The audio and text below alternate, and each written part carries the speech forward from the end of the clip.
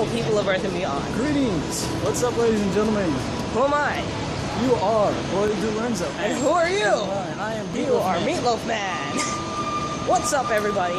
Today we are on a mission. A secret mission. To where?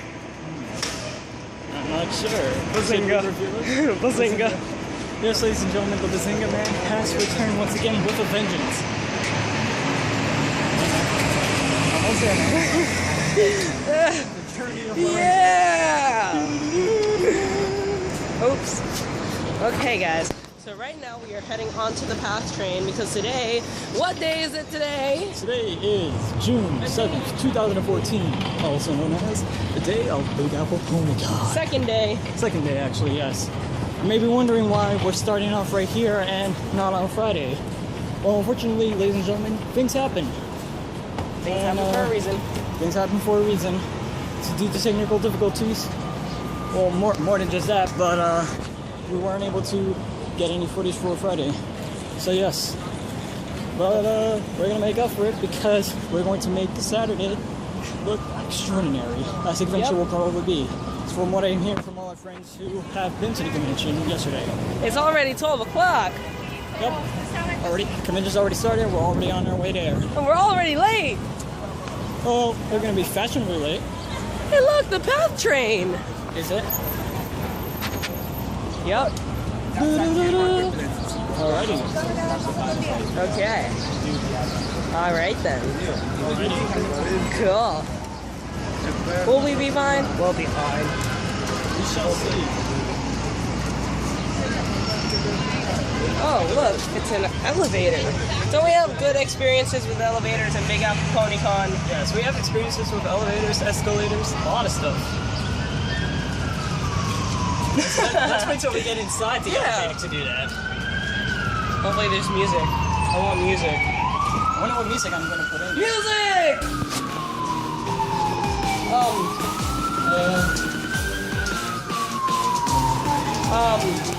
Technical difficulties, folks. I don't know how to work these buttons. Okay, ready?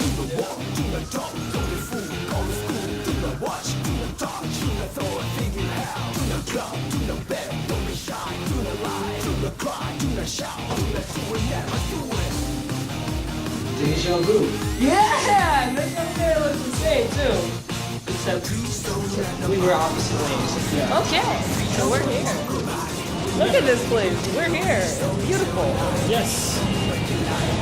Okay. Here it is. Here's the standard. Here's the standard retro car. Now we're gonna go in. Watch this, folks. Awesome. Ray, no. Ray. Oh. Twice in a row. He's borrowing some of my fare. And now he's in. How much is left? 15:30 left. We're good. We are all good. And look, guys, look at the beautiful PATH train. By the way, screw you, PATH train, for not accepting students. Yeah. See you. Save them all for nothing.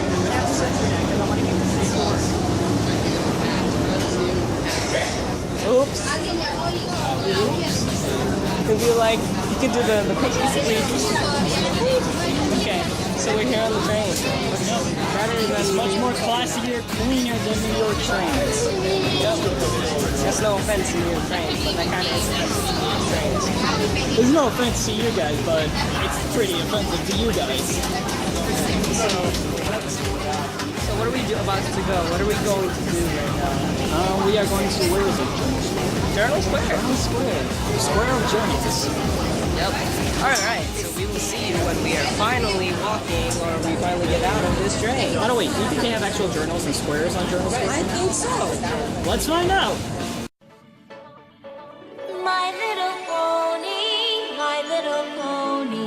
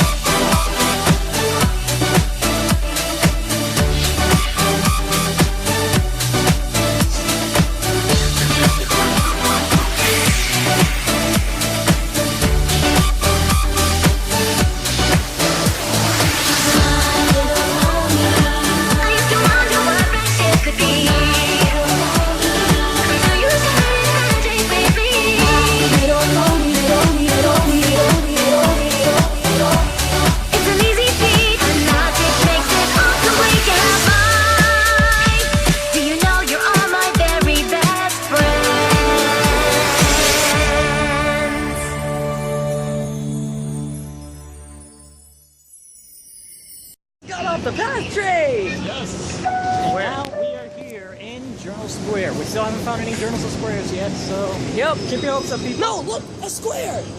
Oh boy, are those squares or diamonds? They're squares. Maybe you turn them a different angle, maybe. They're squares. You can't now even they're see- diamonds. Squares. You can't even see what you're filming. Yep. Let's go, dudes!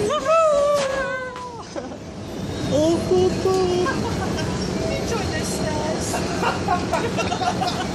As hard as I can.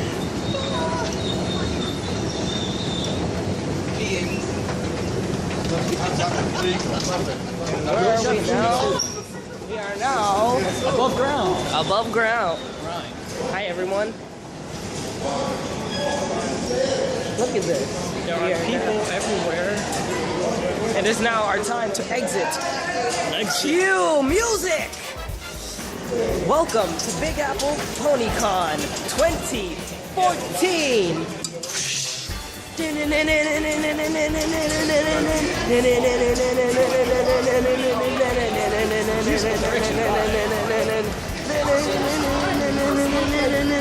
Starring Royal Ray Lorenzo! And starring Meatloaf Man!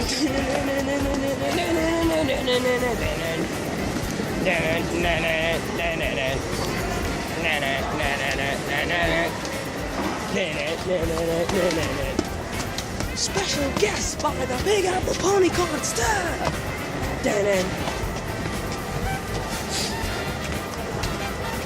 We should actually have a title sequence. Or I may have played it before or after. Future me will decide that. Jersey. So much The clear Garden air. State. Hey, Hey, look what that is. guys, look at that giant statue. That's just what we came here to see. No, The journey was worth it. that's not what I'm referring Well, to. thank you for joining us, ladies and gentlemen. Yep, that's I'll all we see you in the came to next video. see. See you in the comments. See you, bye. No, No, not really. what we wanted to show you is where we're headed now. Yes. We're headed to Big Apple Ponycon. Do not jump over. I'm willing to jump over. Do you see that, guys? It's the Lowe's Jersey. We're going to ruin that garden that has a Chinese food container in there. It's already ruined. We're going to ruin it more. Shall we? Let's join the battle. Let's join the ponies. Hey, there's a subway. The subway. Eat fresh. This looks so familiar. I feel Jersey like- Journal. Journal. There's the journal. Told you. Journal. Well, that's a good thing. We found squares, we found journals. Look, there's more squares on the ground. More squares.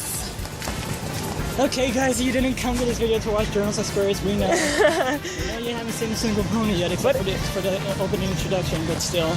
But however, we're just gonna jaywalk in the street. Back here. Okay. Okay. I think you just saved your own life, bro. I think so. It's this way. Look, another journal. You can never have too many journals. True. Oh, they have a golden crust. 7-Eleven. 7-Eleven. Is that Thank Kevin. Dunkin' That'll be Donuts? $5,000 all the restaurants for saying the names up. Oh, wait, yeah, we can walk. And we are now walking. 20 We are now seconds. crossing the New Jersey streets. McDonald's. Mickey D's. We're doing so great. Let's just slow down. Nah, I'm kidding. Let's keep going, because now it is time for me to transform. Nah, actually, Transform we're and gonna get there relax. first. Let's get there first. Yes. And now presenting. Now presenting A line. Big Apple Ponycon. And we're here now. I don't think they can see us right. Oh, yeah. Oh, now they can. Now they can. Or if I could have improved the lighting there.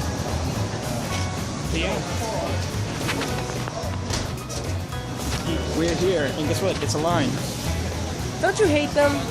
Very. Flashback. So we're at Ponycon right now. for 2 hours. An hour and a half, actually, so you see how big this line is. Hey, Ray. As much as I want to say I hate this con, I can't because it's Ponycon. You only hate it because we waited in 3 lines. For 3 hours! 4 lines.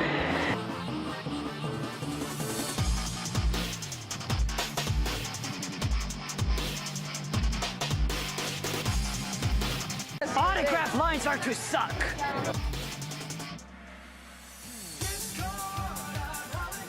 Ray, say something to nice people, Ray. I feel like it's fun right now. Always bring food to the 2-hour lines. Let's hope that's not a repeat. But So yeah, how about this line? very liney. Straight. Straightforward, right? Straightforward. Totally. Very, yes indeed. So, ladies and gentlemen, on a very serious note, as you've seen in my video, this is a fancy place. It's been here since the old days. Information on screen right now because I can't think about American it. flag! Designed by Betty Ross. We'll put that in the credits. Put in the credits. American Yeah. flag design done by Betty Ross. Even though it has nothing to do with anything. Thank you, Bob. I think we're now being let go. They still can't see me. We are entering the twilight. No, actually we're not. Not yet. We're halfway there.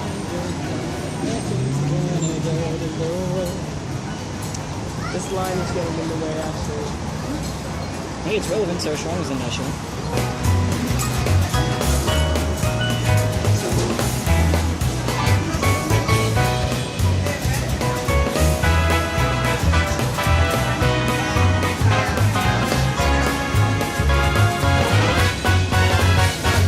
So I noticed you're still filming, and nothing is going on.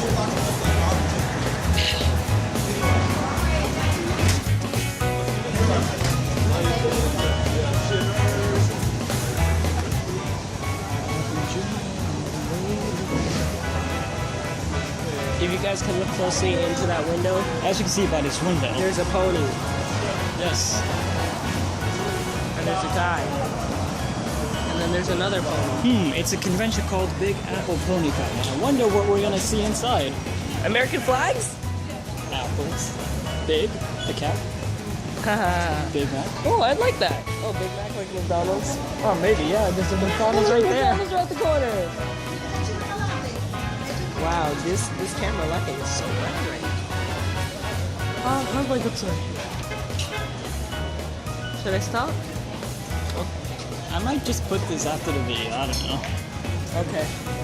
Well, here, you take it. I'm going to transform into Sheldon Cooper. Transform, Sheldon, and roll out.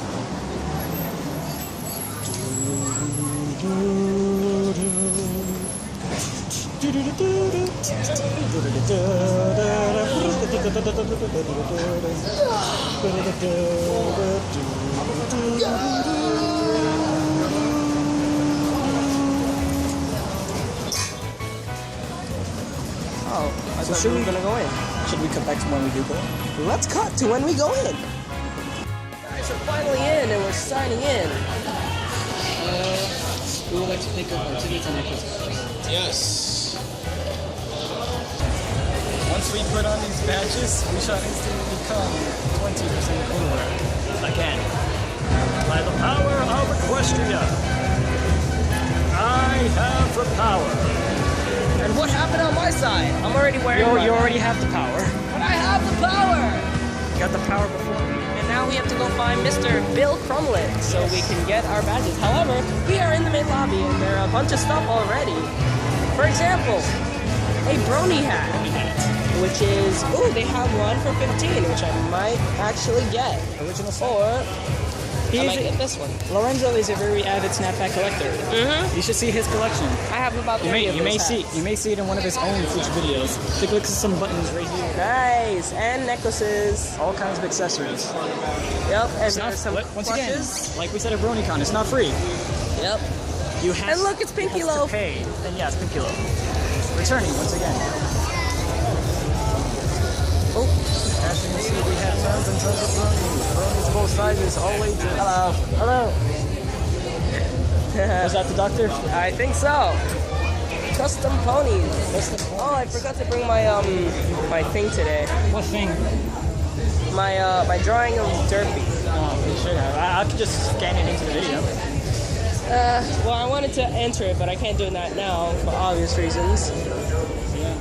Is that the main auditorium? Yeah, Oops. which we're not supposed to get footage of. Well, technically I didn't. Let that be the only thing. I believe these are artifacts that were part of the Landmark Glows jersey. Yeah, it's so cool. As you can see, ladies and gentlemen, we are in the Landmark Glows Jersey Theater in Jersey City, New Jersey. Hershey Kisses. It's a lot of Jersey. Let's go this way, guys. All kinds of okay. Yep, I think so. That's the area. What is this? Nichols? One? Do we get? Is there something here? Invisible candy. Yeah. From the early 1900s. Showing the wolf. Yeah. Of something. Let's head upstairs. Stairs. The second to leftmost cousin of lines. Lines, stairs. Remember last year when they had escalators? Escalator! I know we didn't film them, but you know. They were no, we didn't. I think we had a few scenes. No, we didn't. Really? Show the records. There were escalators. Okay. Pack breakers. So we have the cards now. Nice. We will be getting something. They are playing the card game. They have dedicated their lives to playing card games. Card games on motorcycles. Oh look! And now it's the comics. Oh, I have to get something. I see. I see. Do you see? I definitely see Do them. you see the comics? Of course I do. Fantastic. Definitely I will be. Might be picking up something that I missed. Oh, they have Vinyl Pop. Definitely getting a Vinyl Pop. And some pet shops.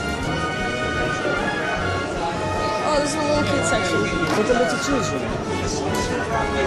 Existing has a free Wi-Fi. I don't think so. So we had no Wi-Fi, but we have these are little children. They're fancy already. This is the first time right here. This is the Chocolate Pony Museum? Yeah. This is it. We just passed the sign. Huh. Oh, take a card. Take a card, Ray.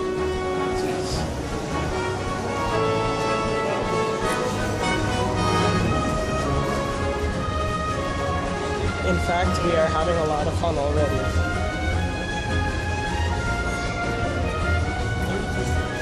Nice treasure. Might get that. Throughout the entirety of this video, you will see me and Ray say things we want and possibly may or may not get things. That plushie looks nice. I might actually get it. I could do Tuesdays on shorts.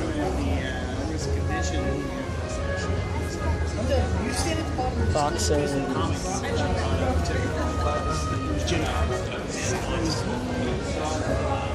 Oh look, comics. Oh, regular show comics. And we have regular comics too.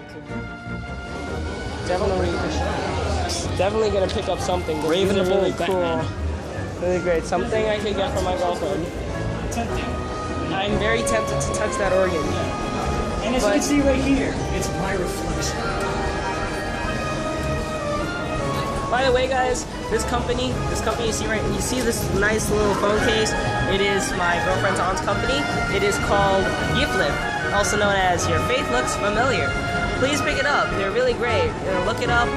It's all about religion. Not all like it's funny stuff about religion, but I love it. So please pick up something from there. They're very cheap. There will be a New York Comic Con coming up soon. Non-pony related shit is put over. Yep. Thanks for blocking those people, by the way. I believe that's a count. Do you want to know something? What would I like to know? We just finished. us, we're not allowed there.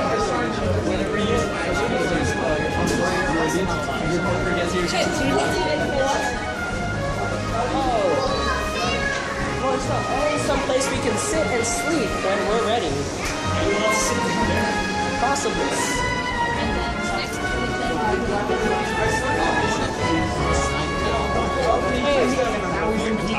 Hey, where's Halo gets a sign?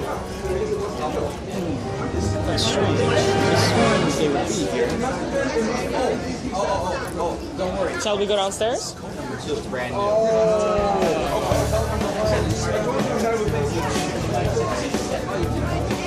Would you like to know the good part? We finished the entire convention in 20 minutes. That was even lesser than last year. Yup.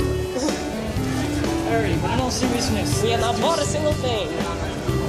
Hey! Hey, Ray! am I supposed to be looking? I have the best idea ever. Why don't we... Go to a film? No. Why don't we go back, around, and actually buy something? Do you know where I got that from? SpongeBob. Oh, that is a nice... It's a nice bottle, guys. I'm going to take these for business. Derbycon. It's in Jersey. Science fiction Crimson Warm. Not I bad. apologize for butchering that.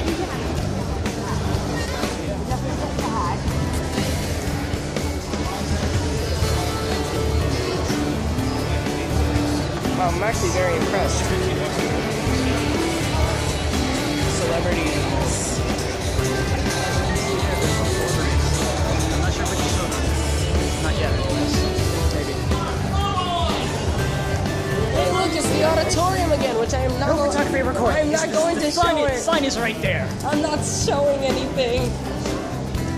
Look. It says it right there. Those signs. You can read them, please. Let's find Mr. Crumlin.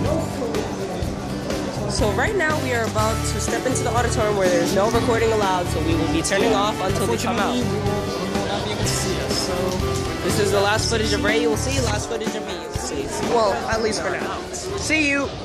This was originally going to be our interview with Bonnie Zackerly, the creator of My Little Pony. Don't worry, we still have Bonnie.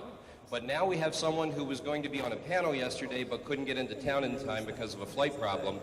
And so he's going to join Bonnie, and he is also someone who worked at Hasbro and has worked on the My Little Pony line. So his name is Kirk Hindman.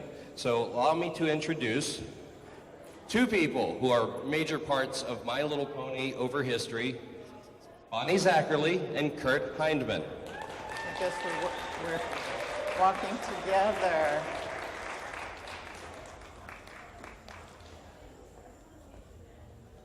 No table. No table to I hide like behind it. today. Do you care? Which where?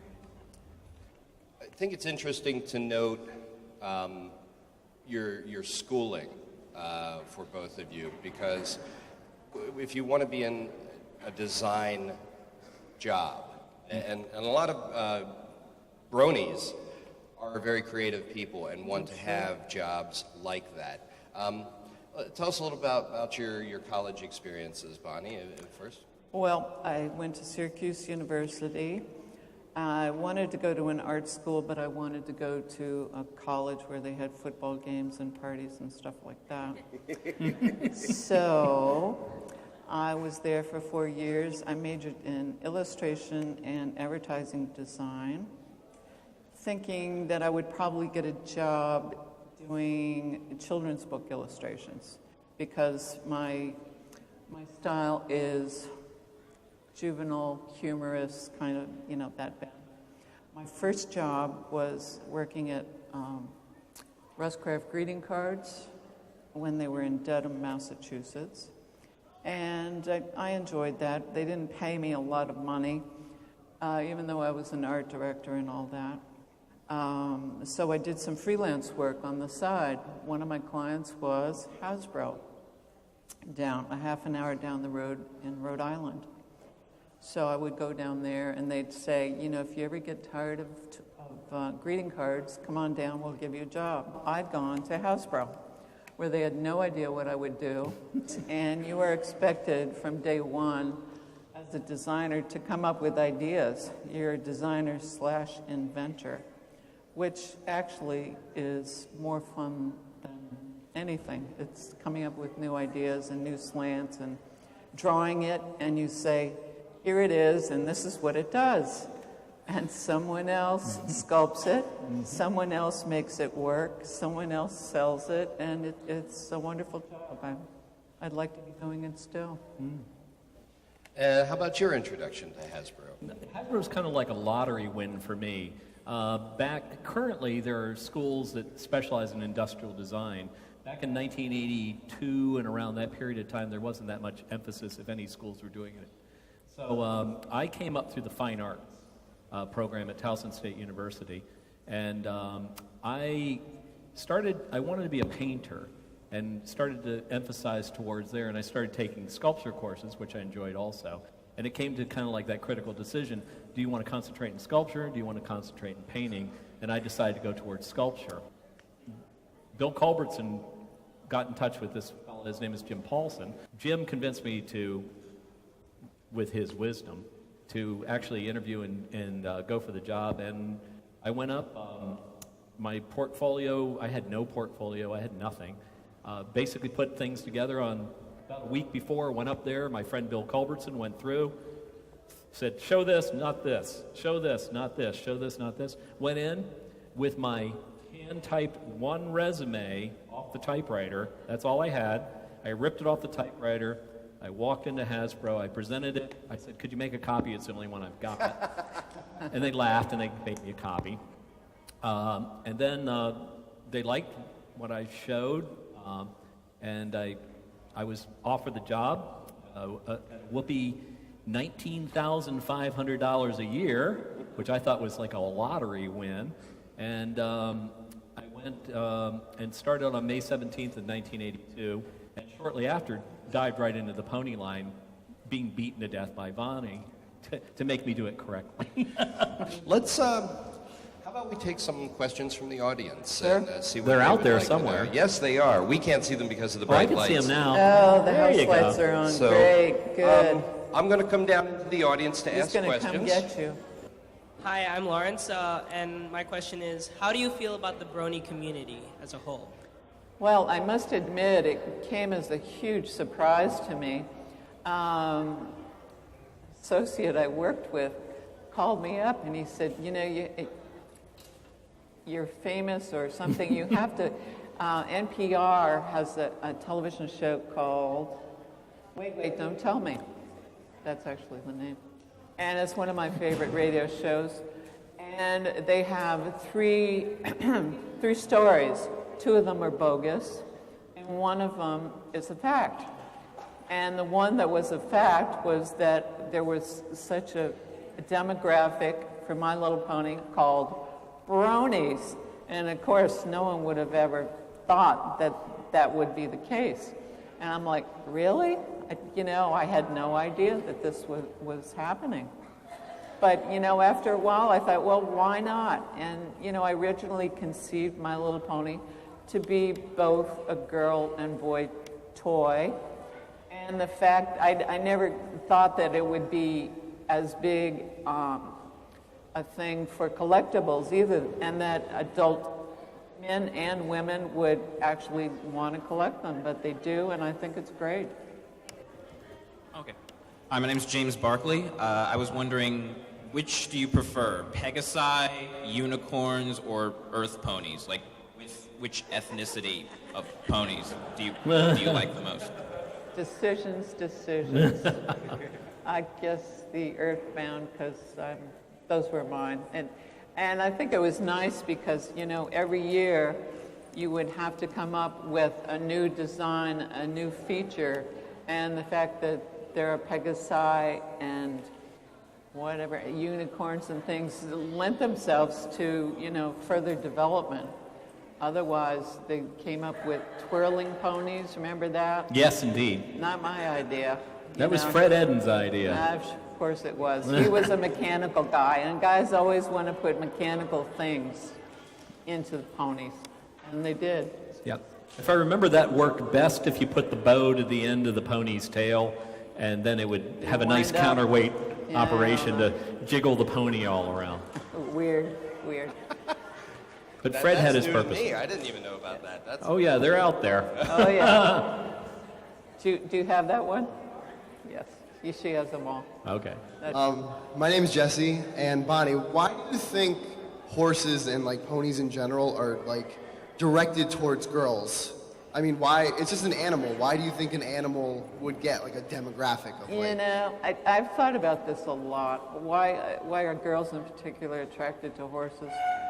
And I think it kind of gives them more power, or power over a powerful animal. I don't know. But, you know, loving and cuddly and, you know, a pet kind of thing. I don't know. I think that's And horses are nice critters. They are. They're lovely. Lovely. I'm Ben, and I was wondering, as we all know, our beloved show is going to be going strong for at least another year, and I was wondering if you were invited to appear on the show, would you like to do it? If you were invited to voice a character for the To be show. on it as a person or as a character? Well, as a pony. Sure. That would be really incredible. Bring it on. I love it. Yeah, what do you think, audience?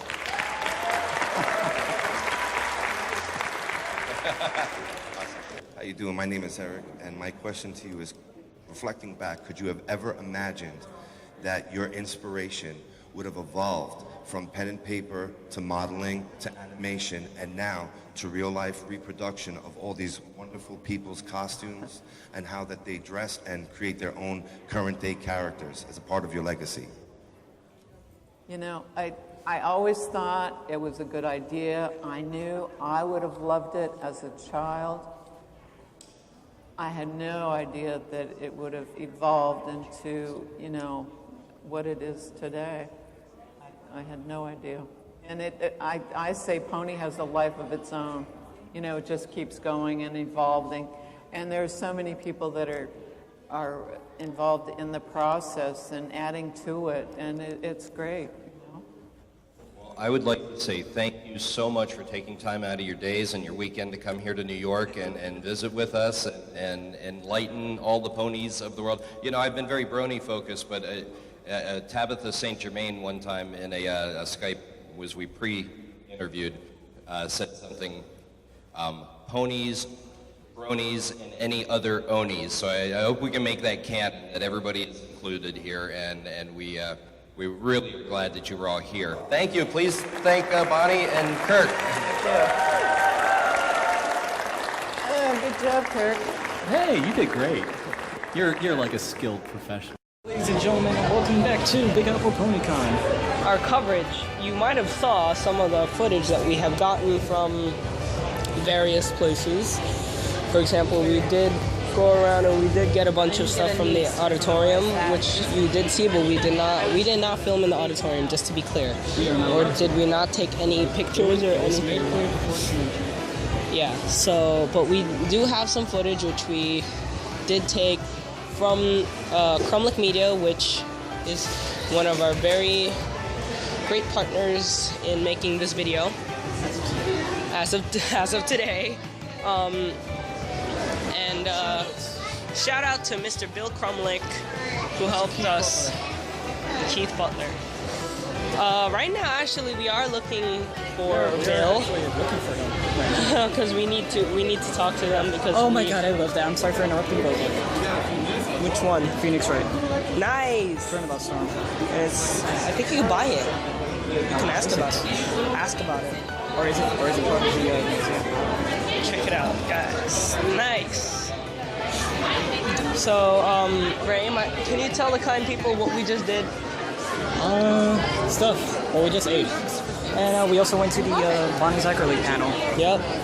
Which was very, very interesting because you got to ask a question. I don't know if I did. Yours is here right now, and if you didn't see footage just now, we're still here. There's no footage. So basically, what the question I ask, if you did not see it, is Just in case, yes, you can go ahead. What she thinks of the brony community. And honestly, she gave a very good answer. I'm very impressed with her answer.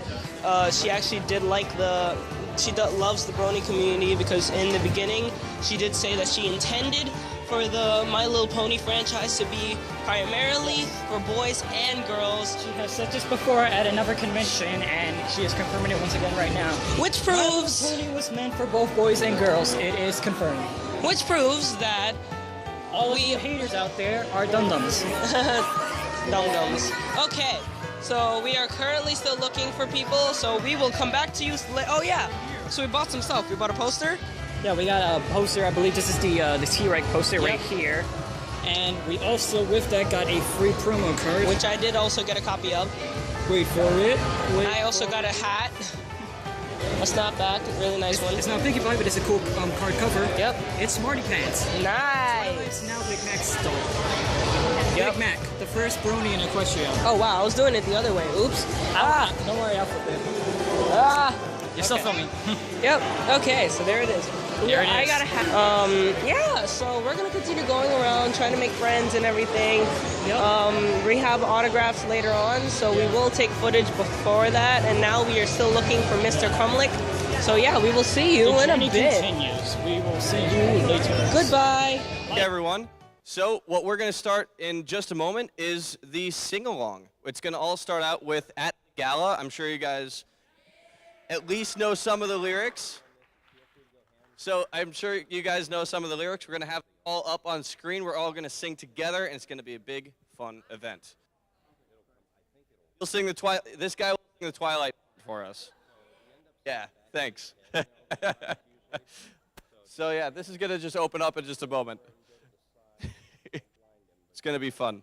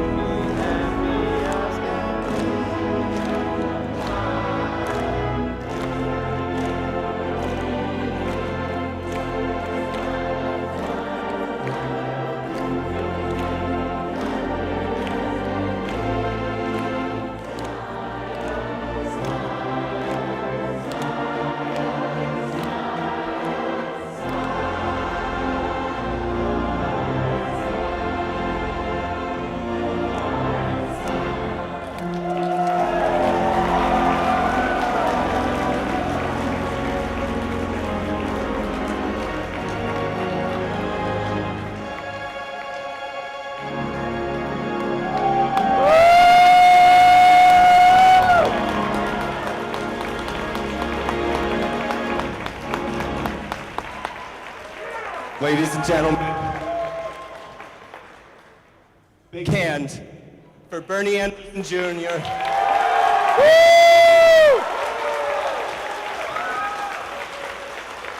Have you ever seen anything even remotely like that before in your life? This man is slaved for weeks and weeks and weeks. We shoveled him this pile of music, and he just turned it into that. Another big round of applause. Bernie!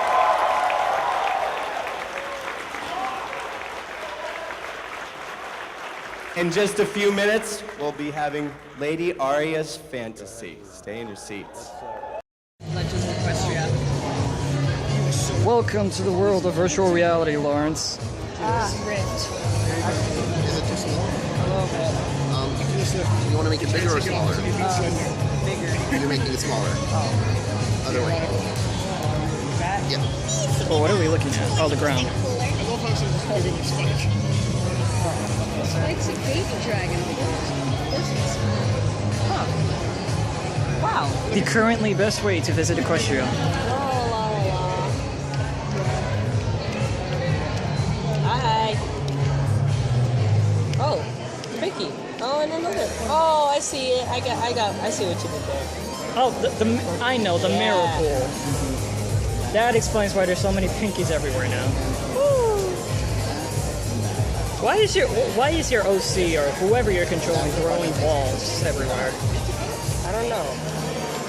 Pinky! Or maybe this is a mini game where you have to catch Pinky. Oh, how appropriate! Smile is playing in the background. Is it? Yeah. How can you tell? Oh, I can hear it. Exactly. By the way, guys, this is the My Little Tie section. They have amazing ties here. It's hard to see, but they're very well detailed. And each bow tie and tie, they have all the little some ties with the convention mascots on them. It's very awesome. Okay, if I know this is the city center. Hey, I know that woman up there. Town Hall. No, that's which is Derpy. hardly in most episodes. Oh, that's nice. She's destroying Town Hall. It's another Octavia. Hey, look, a Pinky. Oh, look, I see in the distance over there. The sky. No. The sky is the best one. No, do you see her? I don't see her. Right here.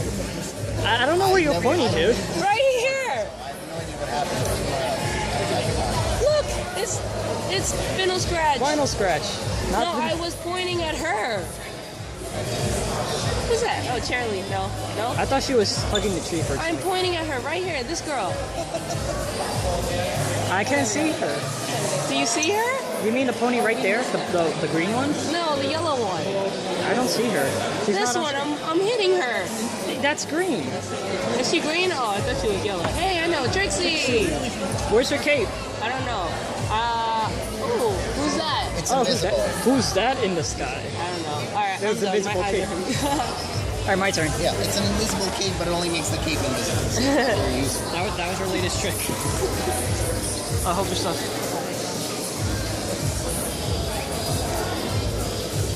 This is the older version? It's the only current version, yeah. This is not out too much. It's time for Ray to experience virtual reality.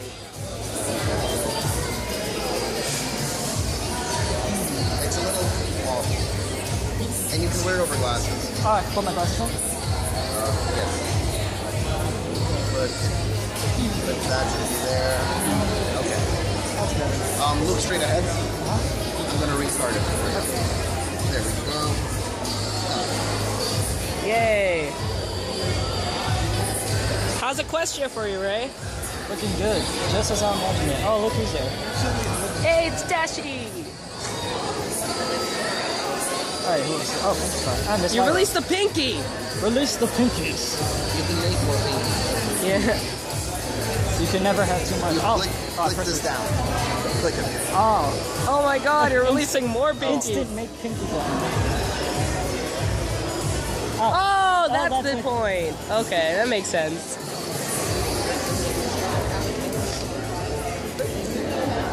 Stampede! Business. Oh, That's a real Pinky. Rarity. That was Rarity. How's things? What is the deal with me and a rarity? Huh? I don't know, Mario. Trade cards, but Oh yeah. Hello, everywhere's a dude. fire hazard. Hi, Applejack. Applejack. Hi, Derpy. Derpy. Told you it Hi, was Derpy. Hi, Bonbon. Hi, Berry Punch. I love Berry Punch. I see you're sober today. While you were up there. I know her name, I forgot it. I know his name, I'm serious. There's Derpy again.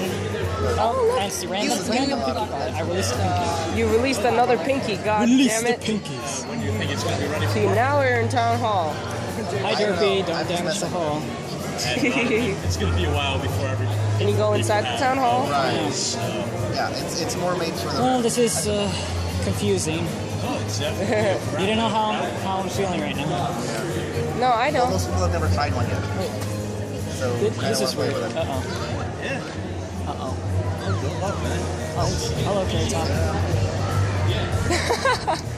What are you doing, Ray? I don't know, like, because I'm stuck on the ground now.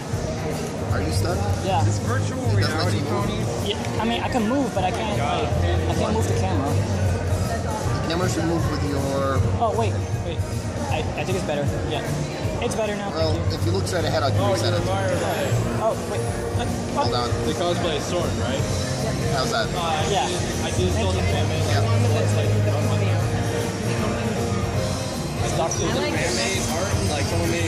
Goes Ray.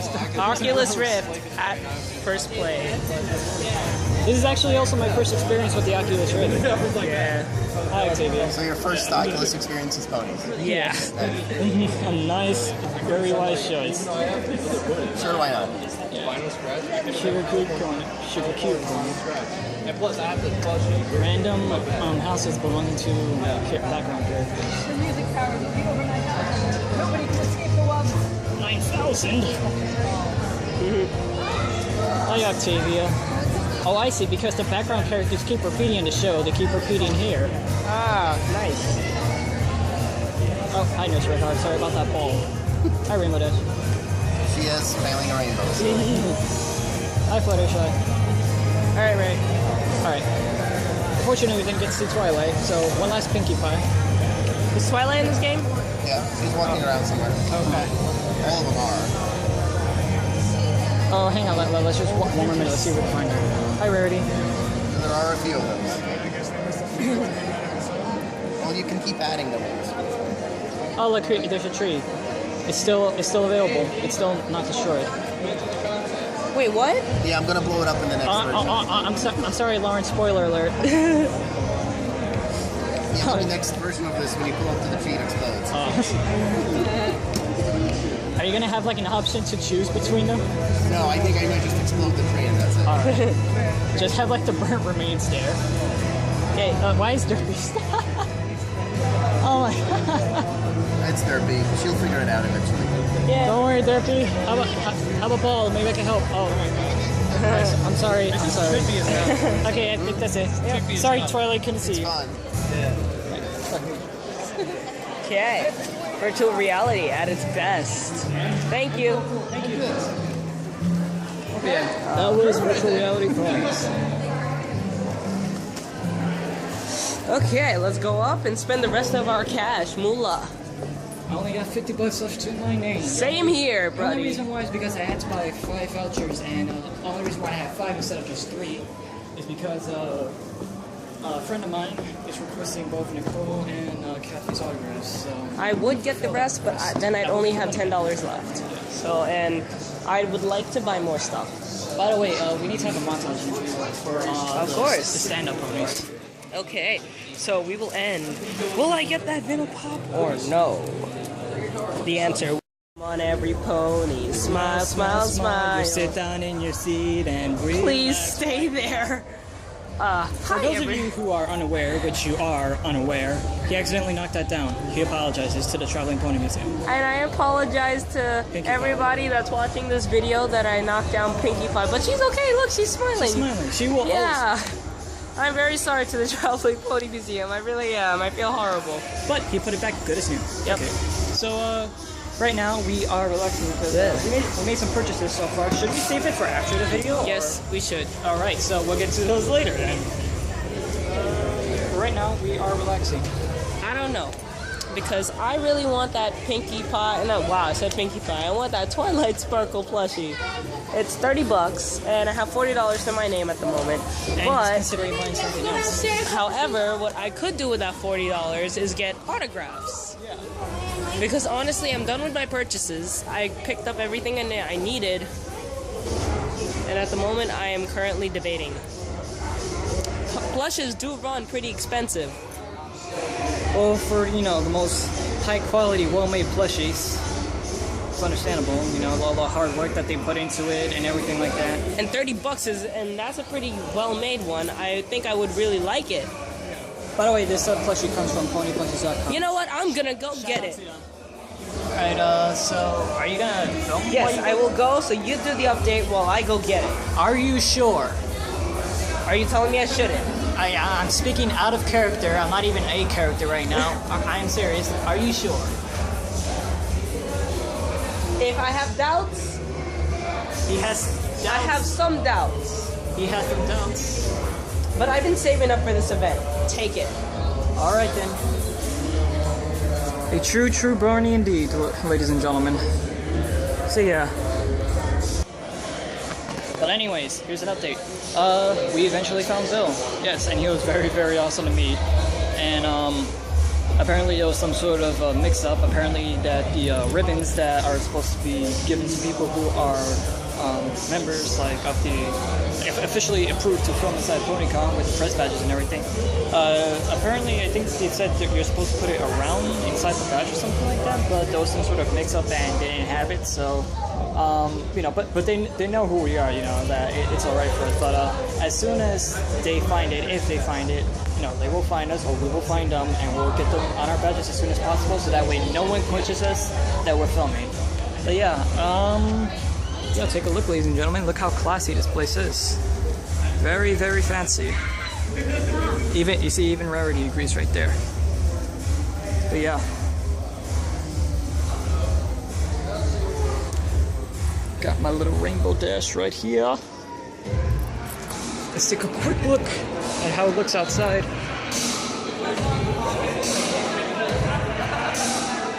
That's the entrance and exit right there.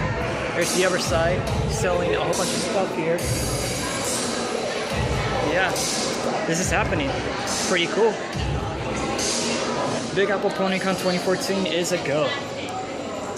And it's a must go, so if you are in the New York area or wherever they decide to hold it next year, in 2015 or whenever, then definitely come on down because this is a very, very awesome convention. I'm hearing, you know, all kinds of praise about it. You know, stuff's happening. So yeah, come here.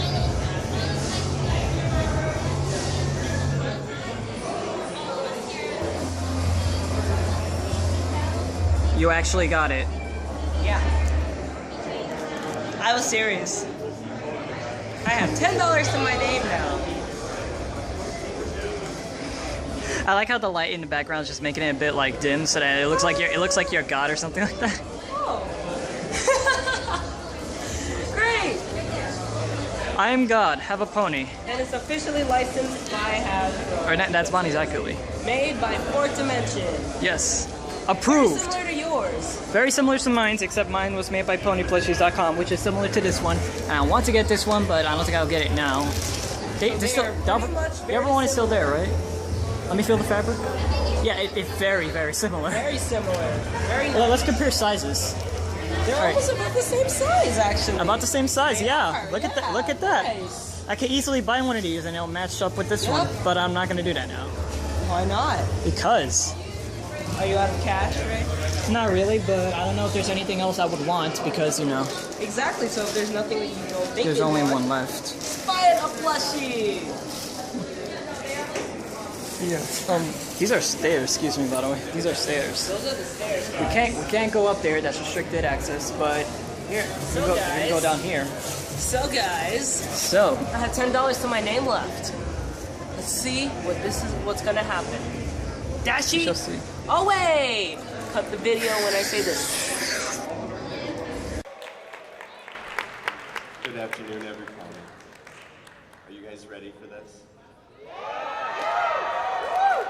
It is my great pleasure to introduce my friend, one of the most talented people I've ever met in my entire life.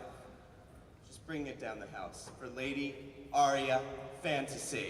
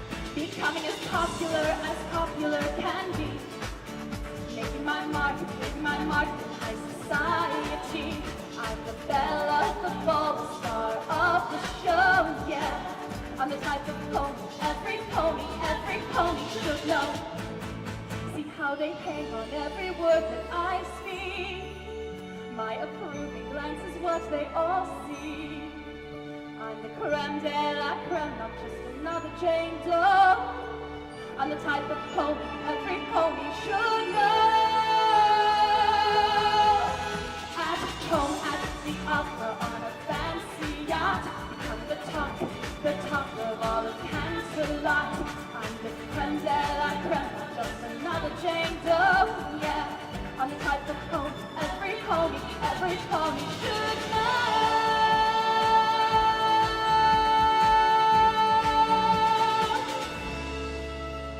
Because I'm the type of pony. Yes, I'm the type of pony. Yes, I'm the type of pony. Every pony should know.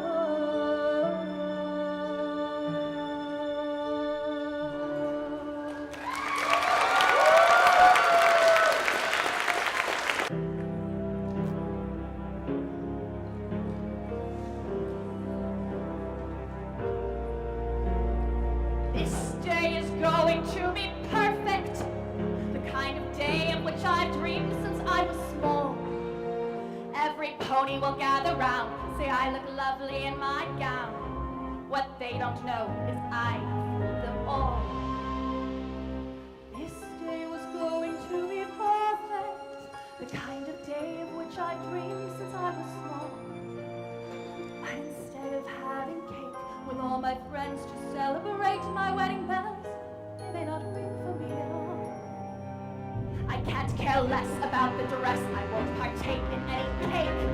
Vows, well I'll be lying when I say that through any kind of weather I'll want us to be together. The truth is I don't care for him at all. No, I do not love the groom. In my heart there is no room. Still I want him to be mine. We must escape before it's too late. Find a way to save the day. Hope I'm not lying when I say I don't fear that I may lose him to one who wants to use him, won't care for love and cherish him each day.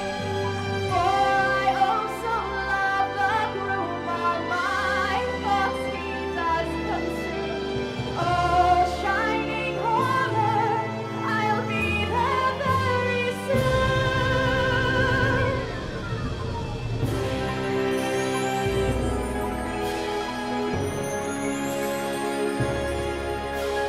Finally, the moment has arrived for me to be one lucky bride.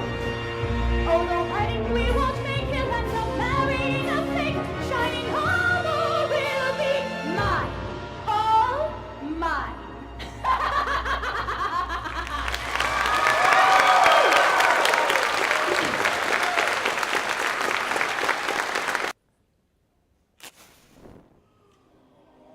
I still remember it like it was yesterday, though it was countless moons ago. After he was defeated, not much of our once beautiful home was left. And the two brave ones that stood up for us all ruled Equestria from then on. One day, the younger one, saddened by our daily struggles, proposed to form a new colony where all of us would grow strong and happy. But the elder one forbade it, for she felt that it would divide and shatter the weakened kingdom forever. No pony knows that we are still here, smiling beneath the moonlight while remembering our dear mother, for we will forever be her children of the night.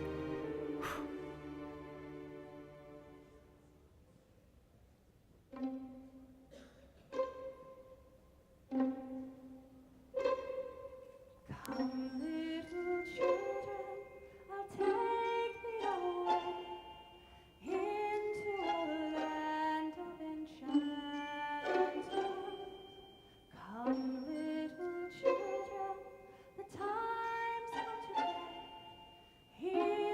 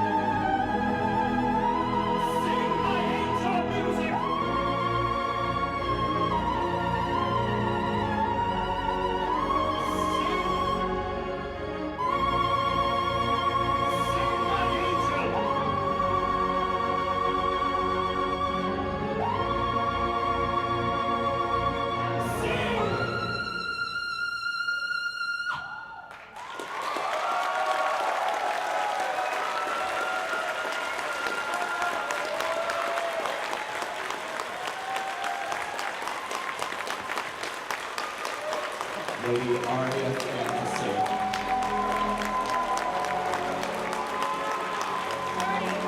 Harry Anderson Jr. New Order.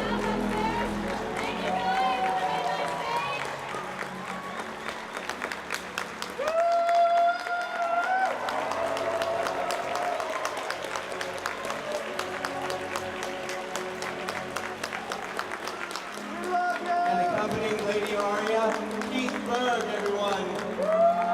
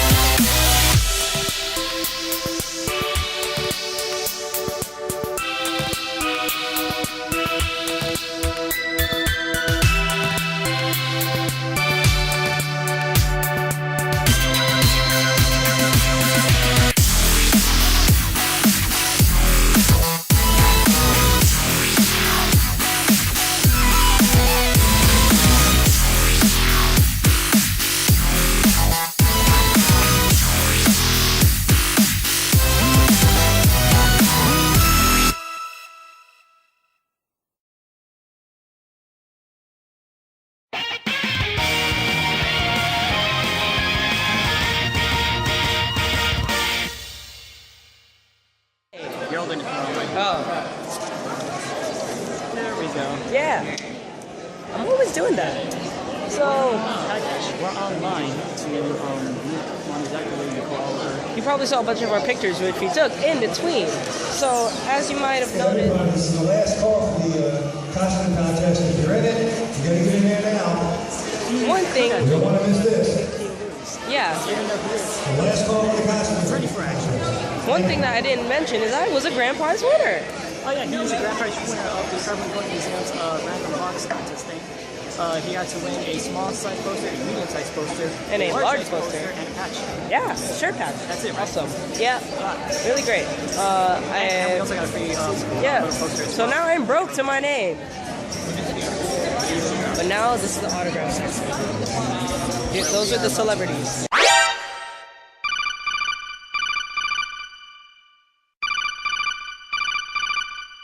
I got a call. Hey, ladies and gentlemen, yeah, the Colonel called. Colonel. No, it's my girlfriend. She called. Love you. So we're about to do autographs. Those are celebrities right there. This is probably all you'll see of them because pictures are $10 each. Yeah, no, $20. No. $20 for the autographs, $10 extra for a picture. It said at the front, $40 for with picture. So that's our only complaint. We'll address that at the end of the video. But, yep. Hey, look! This is close enough. Look. Do you not see him? Animated? Oh, animated James. Yes, he's right over there. Hopefully we will meet him later. He is here today. Yep. He's actually right there. In case we do not you see the guy? In case we do not meet him, this is a message to him. I love your work. I really love all your stuff you do. So keep on going. Let's actually try to meet him right now. No. We'll lose our spot. No, alright. We'll try to meet him though. We will try. But yes, we do have a lot Please understand, we will try. We do have a lot to do. Still, you know, it's almost actually, literally the time is winding down. I'm broke. I don't know about Ray. He probably has like $40 left to his name. So yeah. So we will see you guys soon. Right now at the autograph table, Kathy Westlock. Oh.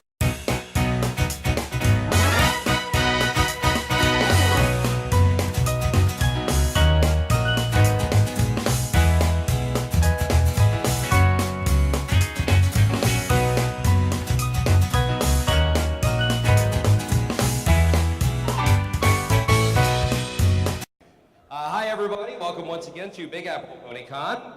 And yeah, you can share that love. You can share that love.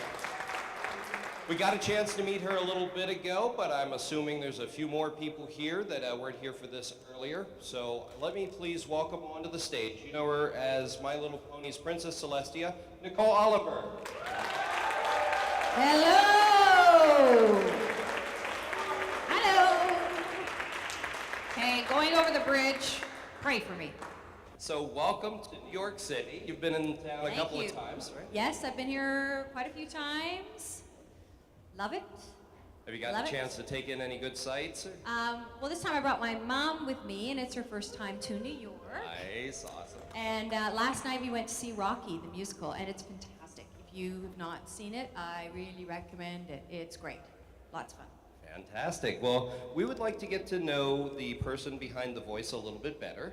And with the internet age, a lot of that has probably happened for those who dig in and do a lot of research. But for those of you who haven't, you're more than Princess Celestia. You have a bigger career. I have been lucky enough to be acting for almost 25 years.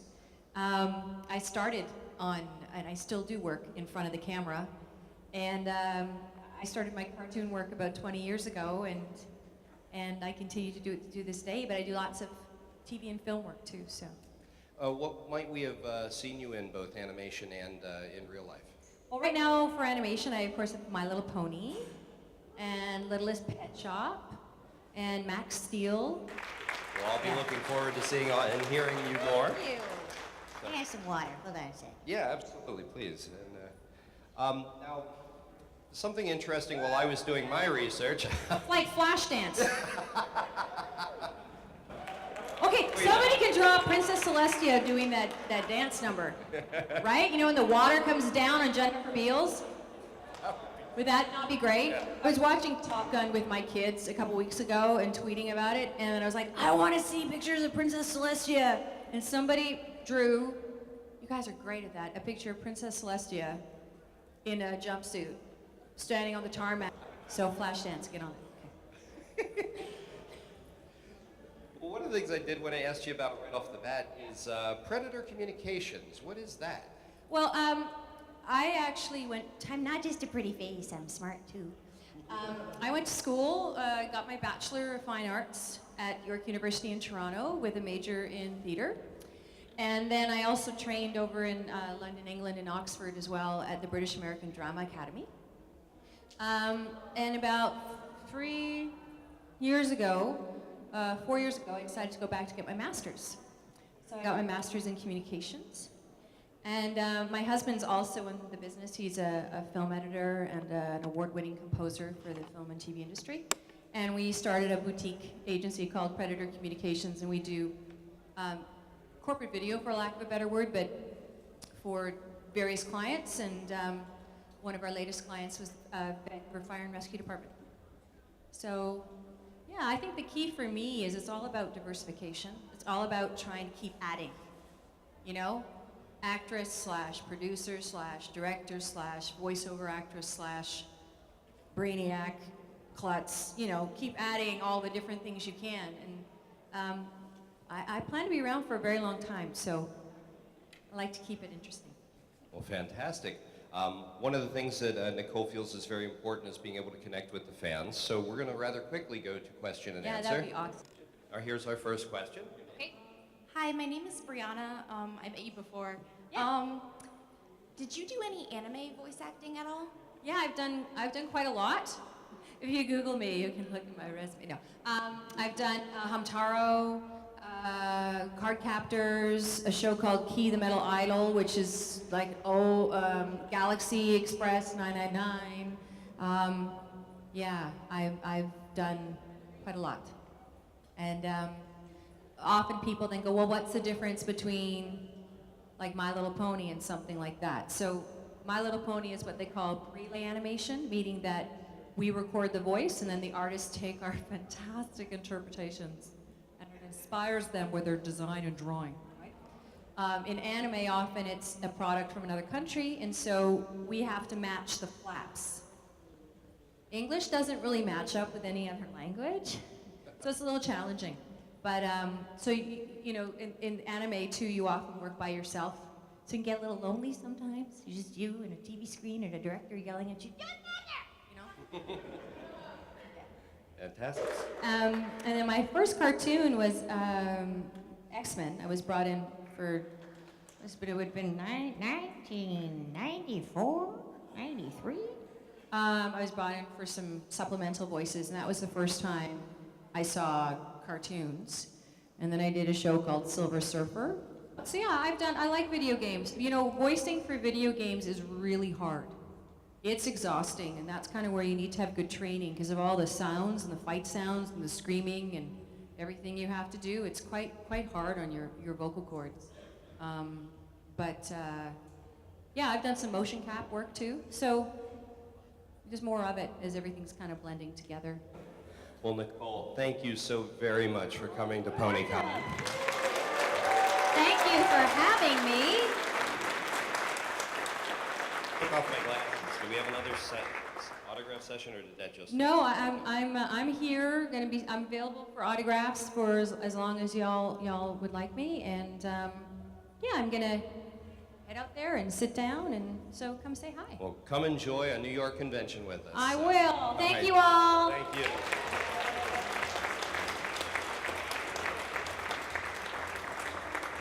So, coming up in just a few moments, we'll have Kathy Westlock. We'll be talking with her. Then there'll be her bronies behind the microphone, the essence of voice acting, a nice little seminar going on here. You get to learn a bit about that for free. So, well, for the price of admission.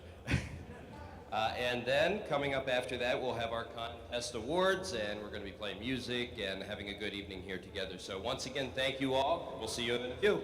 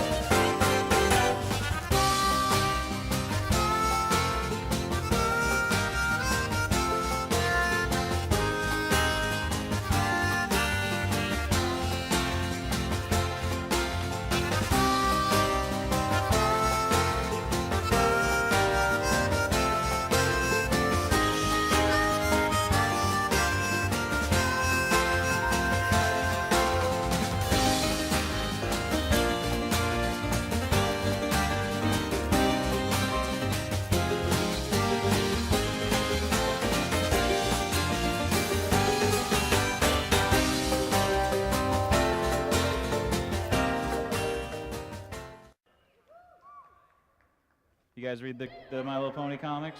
Sounds like? Excellent. Well, thank you. Keep me employed. I appreciate that.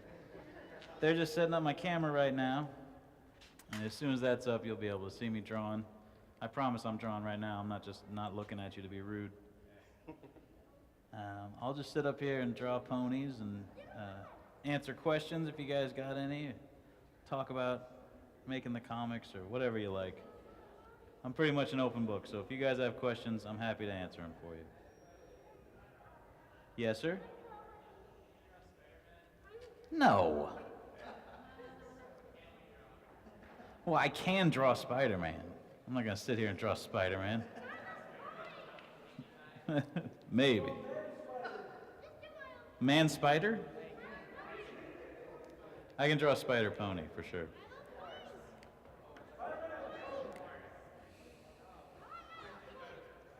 I think I'm getting a feeling how this is going to go. Starting to get a vibe on you people.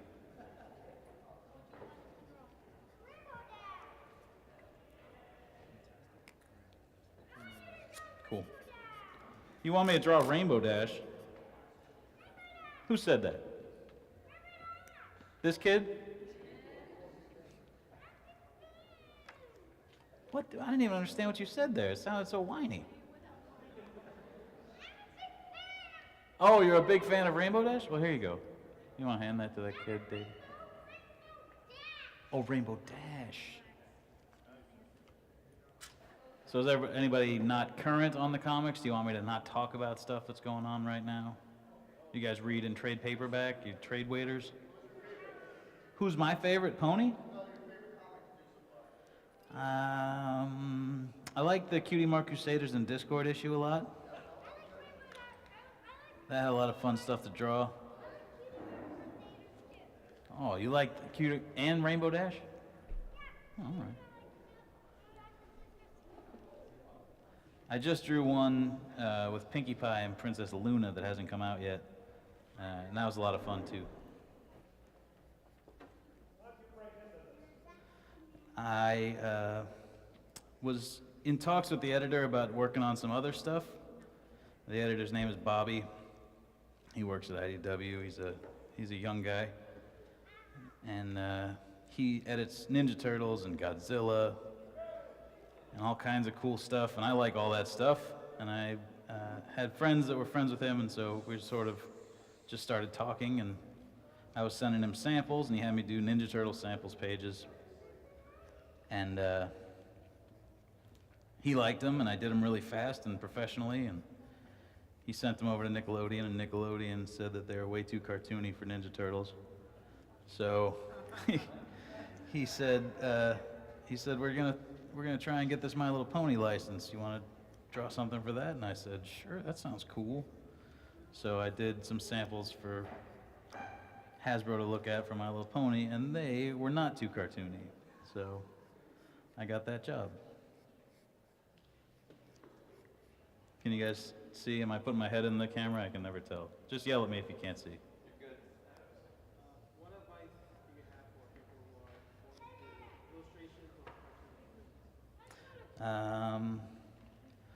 Draw every day. That is the best advice. Don't just draw when you're in the mood.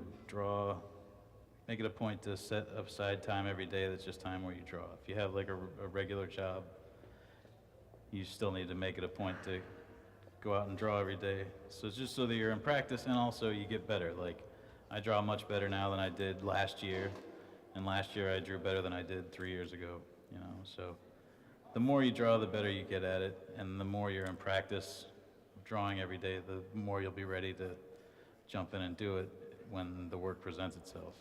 You know, when ponies came along, I'd already been doing a whole lot of freelance work, and so if I hadn't, the sort of workload of it would have been kind of overwhelming, but since I was already used to drawing so much, I just sort of jumped right in and started working. But also, you know, like if you're in school, if you're in like high school, I would tell you to take as much art class as you can because it's free. And then, you know, if you're in college, I would tell you to go to school for something that isn't art. Because you could probably teach yourself how to draw. And it would be good to know how to be a banker just in case. Not that old days, come on. The first comics I ever read were like Archie comics and Batman comics. I remember when the Tim Burton Batman movie came out, Batman was everywhere, and I got a Detective Comics issue from back then that I remember just like specifically getting. And then like anything that was a video game, I would read that comic. Like I got The Adventures of Bayou Billy, which was a Nintendo game where you could use the zapper and the power pad and the controller. It was terrible. I just signed this in 2013, so that's a time traveler. Year's half over, I've clearly been paying attention. But then the first, like when I started collecting comics was when Jim Lee was drawing the X-Men. And I thought that was like the coolest thing I'd ever seen in my life. So I started collecting those. And my influences are pretty like far-ranging. Like I like Disney cartoons. I like comic book artists, like classic comic book artists like Will Eisner. I like Joe Madureira, who drew Battle Chasers, and now he just draws random Marvel stuff every once in a while. I was reading comics in the early 90s, and that was when he was most popular. And I was a huge mark for his work, so I can't love it then and then turn on it as a grown-up. I don't feel right about that. A lot of people don't like him. A lot of people, once they learn a little bit about how to draw or about comic book, they see that he draws differently and it really gets stuck in their craw, but I don't have a problem with him. I think he's cool. It's got, I think, the most ponies that's been on a cover so far.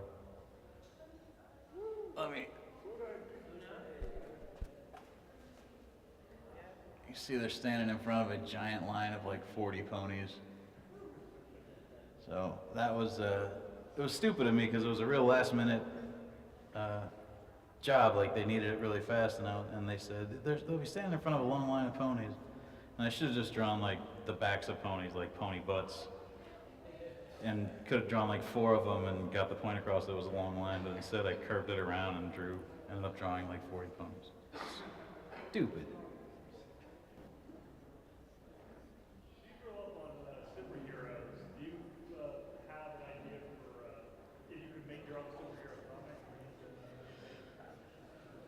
Like with ponies or just in general? I'm working on, I've written a comic that a buddy of mine's drawing that's not really superhero so much as it's got superpowers in it. It's called American Goth Chick, and it's about this teenage girl who writes poetry, and the poetry comes to life and starts killing people. And so she figures out that she's got like poetry powers, and she has to use her poetry powers to stop all her evil creations. So I don't have like any straight superhero ideas. I feel like in comics, if you want to do superheroes, you just get hired by Marvel or DC to do superheroes. Otherwise, like there's not a whole lot of point to it. Like I like superheroes, but I don't love them so much that I gotta create one, you know, unless I'm getting paid to do it.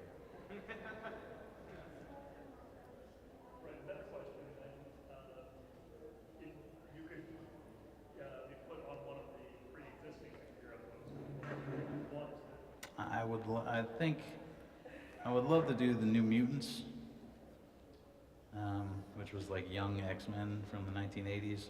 They bring it back like every 5 years, they'll do a New Mutants comic. And I like those characters, and I like the idea of sort of like the second string X-Men, young kids figuring stuff out. I'd probably like to draw Spider-Man, but I would not like to draw buildings, so like if Spider-Man got shot to the moon, I would like to draw that.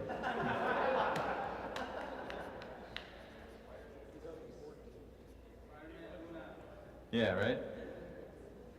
They climb a ladder to the moon. Thank you.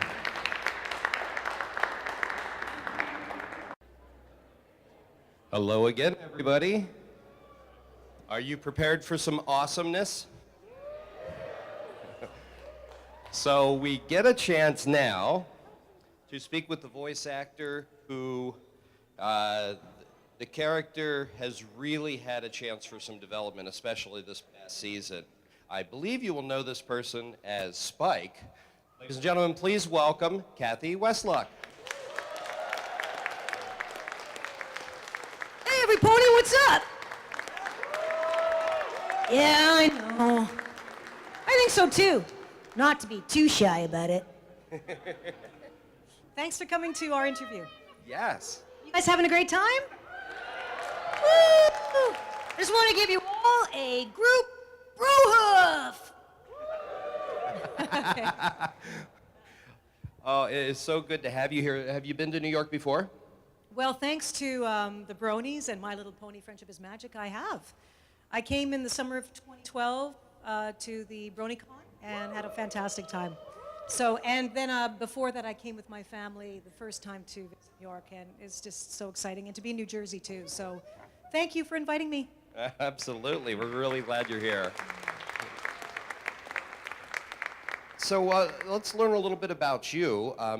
We've got a special coming up with you in 30 minutes here on stage that's going to be pretty cool. So let's kind of set up why you're qualified to do that. What is your background? Well, I'm best dragon. You know, whatever. Well, it's kind of a funny story, which I won't go on too long about, but I never actually I never knew I was going to do this as a career. I didn't set out to be a voice actor. So that's kind of the funny part about it, but it's also tells you that you can set out to do something you love and dreams can come true.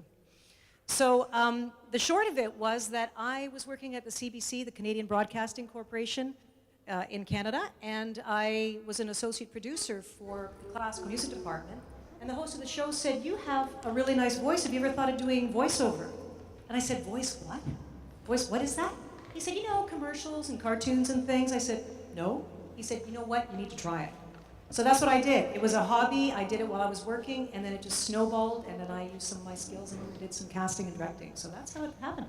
Fantastic. So, now you're not only the voice of Spike. We have a couple of other characters on the show and beyond. You beyond the My Little Pony. What are some of the other characters that you are a voice actor for? Now, do you mean within My Little Pony or other shows? Let's start there and maybe go past. Okay. Well, everybody knows Mayor. Welcome, every pony, to the Big Apple Ponycon. And if anyone would like to assist me as mayor in Ponyville, we would appreciate that. We are looking for new council, of course. So Mayor, of course, and well, different incidental characters, but I know everybody wants to say hello to Coco Pamel. She's the new additional pony that has snuck into the show, and it's really fun to do her too. So. Well, Spike's been given an awful lot to do this season. How do you feel about the development of the character since I would say season 4, he really has exploded. He's gotten to be a hero several times over, and that's got to be gratifying knowing that your character, who, I mean, some people might think, well, it's not the main 6, but that character is developing into such a cool part of the team, and you know, we should be calling it the main 7, really. Yeah, I think so too. I am absolutely thrilled that Spike's getting more airtime, so to speak, and I know when a script comes and I see that there's a lot of lines for script for Spike and I haven't read the script yet, I start to get excited because for myself, as an actor, when you see a script where your character has a lot of lines in it, you get excited about where that's going to go as far as the development of the personality. So the writer knows more about your character than you do before you write the script. So I'm thrilled that he's being included more in the shows that we've been doing, and that he turns out to be the hero or inadvertently turns out to be the hero and doesn't know it. And he also represents the innocence, the childlikeness in all of us. And for some reason, his realness always succeeds and solves the problem or brings everyone together, not to mention the humor. So I'm happy about that. Did you get to see our Spike standee out there? Yeah. That was awesome! Very cool. Well, what do you say we do some question and answer with the audience? Sure, I love that. And, that'd be great. I'll come out into the audience, so start getting your questions together. I'm going to come out. What is your name, Allie? Lyali? Oh, what a pretty name. Thank you. What's your question for me? Why did they pick a dragon for? Why did they pick a dragon for the show? Well, as Spike, I'd like to answer that one myself. Well, because I figure that, it's always cool to have kids in the show. And even though I'm kind of small and young and everything like that, I think it's important because, you know what, sometimes we're a little bit smarter than the adults, don't you think? And also because you're just about the same height as me, so that's pretty cool. Thank you for asking your question. Now, isn't that a sweet voice? But I love human nature, and I'm very, very, very interested in this phenomenon with the bronies and My Little Pony, because all of us have been activated through our heart. We don't need to question it. We do not need to figure it out. We're all having a great time. Everybody's included, and it's a show for everyone. So I couldn't have asked for anything more.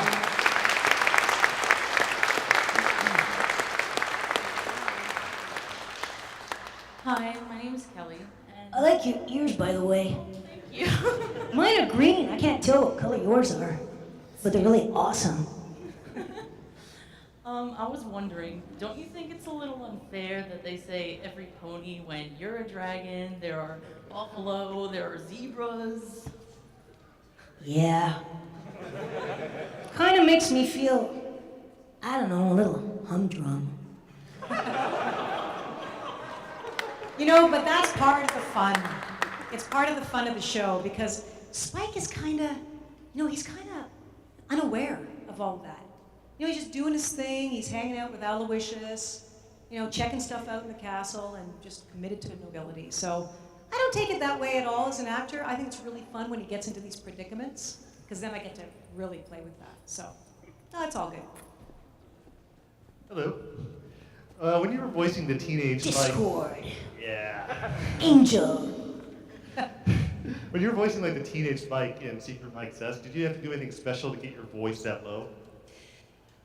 Not really, because I've done so many boy voices in my day that I can sort of move the range around within an age group. So I can, let's see if I can go real young. If I was to do like a baby Spike or stuff like that, that'd be so cool. He'd be just like that, and I don't know, it'd be so awesome to do stuff like that and everything like that, right? Whoa, that's so cool. That's awesome, right? Right? Now if I went teen, let's see how low I can get. Yeah. Hey, what's up, you guys? I was just wondering if anybody had seen Rarity. You know, I can't. I don't think I can drive a car yet.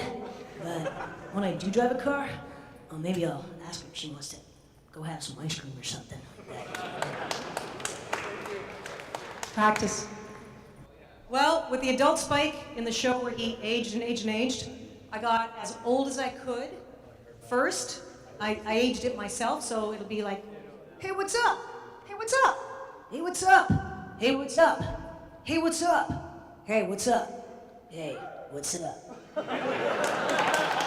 And then technology helped me the rest of the way. Hello. Hello. My number 2 assistant. Yup, I'm always your number 2. Yeah. I'll always be your number 2, bro. Oh my gosh, you're like you a dragon too? Heck yeah, bro. And you know who else is a dragon? I'm getting scared. My mom! Yeah, whatever. But yeah, I was wondering, how does it feel to bring out the seriousness in your voice when it came to your past characters? For example, Nier from Death Note. Nier was a real interesting character. Well, yeah, I got the hair, right? I don't know about Yagami Light. Whatever he did. I don't know why I'm playing with strange toys when I'm a young man. But whatever I did, I figured it out. And it was because of me he went down. That's good old Nier. That was a really great show to experience because it was such a drama, and it was all about the writing, and it was really an intellectual kind of thing. So for me, I had to use my, there's a range of boy voice. You can always hear a little bit of me in any of them. But in this case, it was interesting and intelligent, and I had to play a character who clearly was childlike because he was playing with these toys, but he was a genius. And so he was struggling with his immaturity in one way and his genius in another. So to have that as an actor is an interesting thing for you to be able to perform because you have to have a balance of that. And so to me, that was what was interesting about it for me. And it was really well written, I thought, too. Yeah. Hi, my name is John. Hi, John. AKA Nanips Delivers. And I was wondering, more Spike songs, by the way. More Spike songs. I sure hope so. We got to plug them on. Put it in the order, every pony. Yes. Start the Kickstarter now. I didn't know about the whole thing about the music, your musical background before this. And I just wanted to say, not so much a question, but I mean, if Amy Keating-Rogers can do her ukulele thing, okay, I'd say we have, why not have like a performance or a show or something? I mean, not tonight, obviously, but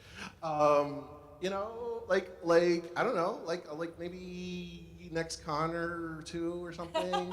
We could That would be awesome. I mean, I don't know how it would quite work, but I have to say myself that I was blown away by music in Equestria Girls.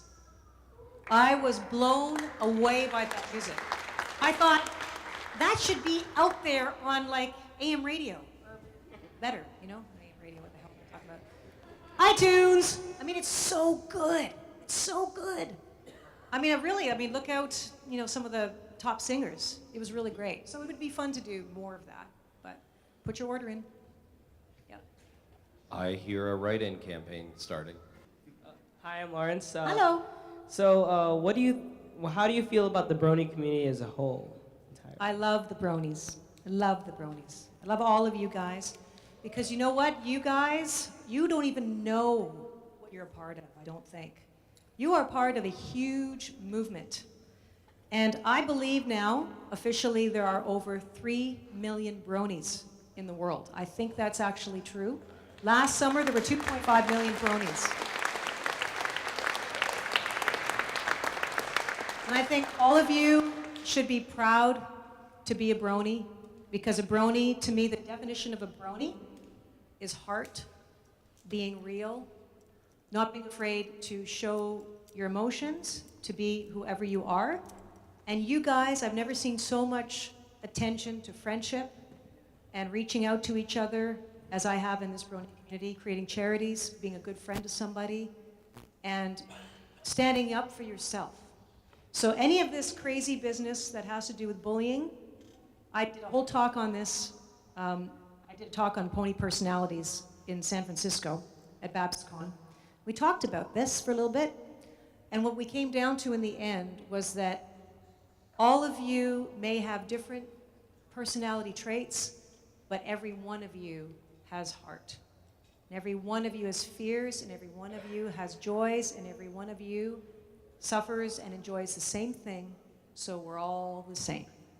And the people, the bullies, who tend to lash out or call names or whatever they do, it's important to know where it's coming from, because it isn't you. They're the ones that have the trouble, so they're the ones that have to try to prove that there's something. Who has to prove anything if you're just who you are? That's when you make friends, right? So always try to remember that. It's never about you. The bully is the one who's hurting. So try to remember that, because we're all the same. And you guys, be proud to be a brony.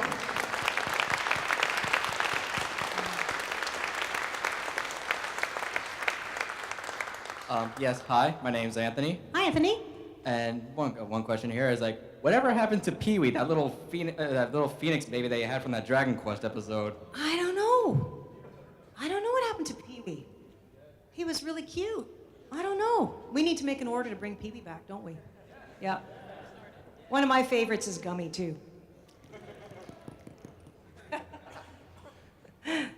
Hi. Hi. My name is Michael. Hi, Michael.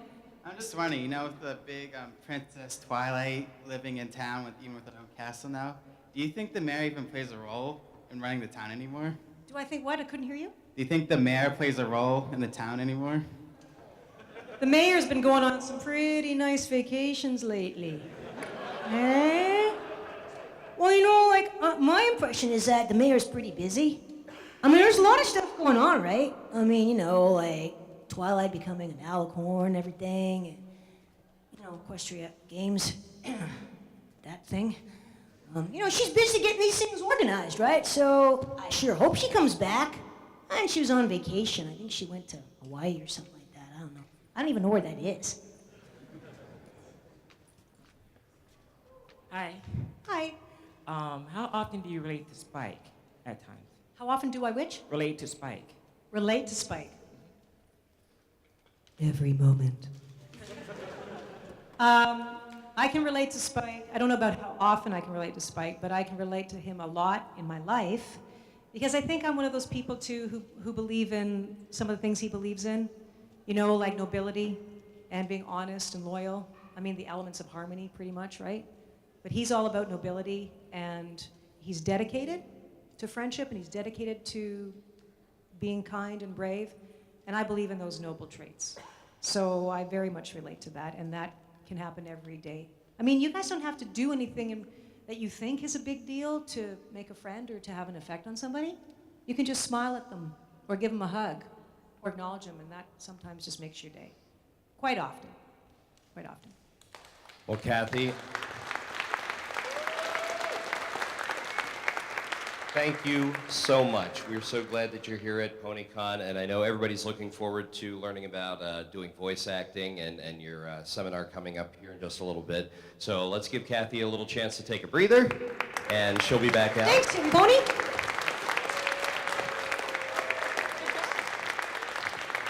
I will see you in about 5 minutes.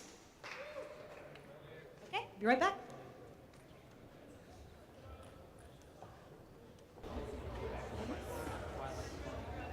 Good evening, everyone. Hi, everybody. It is my pleasure to introduce Kathy Westlock. Boy, can you tell it's the end of the con? Kathy Westlock, with her seminar, Bronies Behind the Mic, The Essence of Voice Acting. Please give a big round of applause.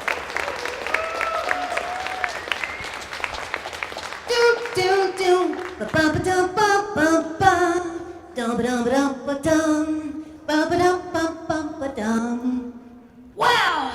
I'm in Jersey City, New Jersey. This is totally awesome. You know, it was kind of nice of Princess Celestia to, let me hang out with her for a change. But you know what? It's kind of a big city, and it's really nice to get out of that cold, clammy castle for a change. But I gotta tell you, it's kind of like a castle in here, too. Just like the castle where Twilight and I live, I bet you there's some pretty good passageways in here. I just hope it's not haunted. Anyway, this is so cool to be here, everypony. How's everybody doing? Awesome! I was thinking maybe I'd have some free time to check out New Jersey and stuff, but it's kind of a big place. Oh well, maybe if I get myself a map, I can figure it out. Spike? Spike! Is that you? Yeah. Do I know you? Spike, it's me, Coco Pamel. Wow, Coco, how's it going? I haven't seen you in a while. You're the fashion assistant pony, right? That's right. Rarity was here yesterday on Skype, but I was hoping she'd be here today. Rarity? Yeah, it was really nice to see her back in Manhattan, but it's okay. I got to see her on Skype.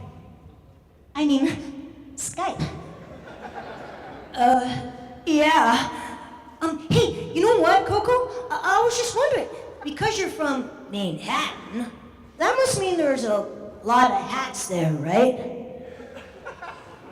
Yeah, Spike, there's lots of hats. Because you know what? I was totally in the market for a top hat, brand new top hat. Do you think I could get one there? No, Spike, I'm sure you could. As a matter of fact, you'd look pretty handsome in one. I would. You sure would, Spike. Well, anyways, I've got to go right now, but if you need me, I'll be right over there. I could be your #1 assistant. Whoa, that's weird. Anyways, I'm right over there if you need me. Okay. I'll see you, Coco. Take care. Wow. She said I was, handsome. Yeah, I guess I am. Hello, gorgeous.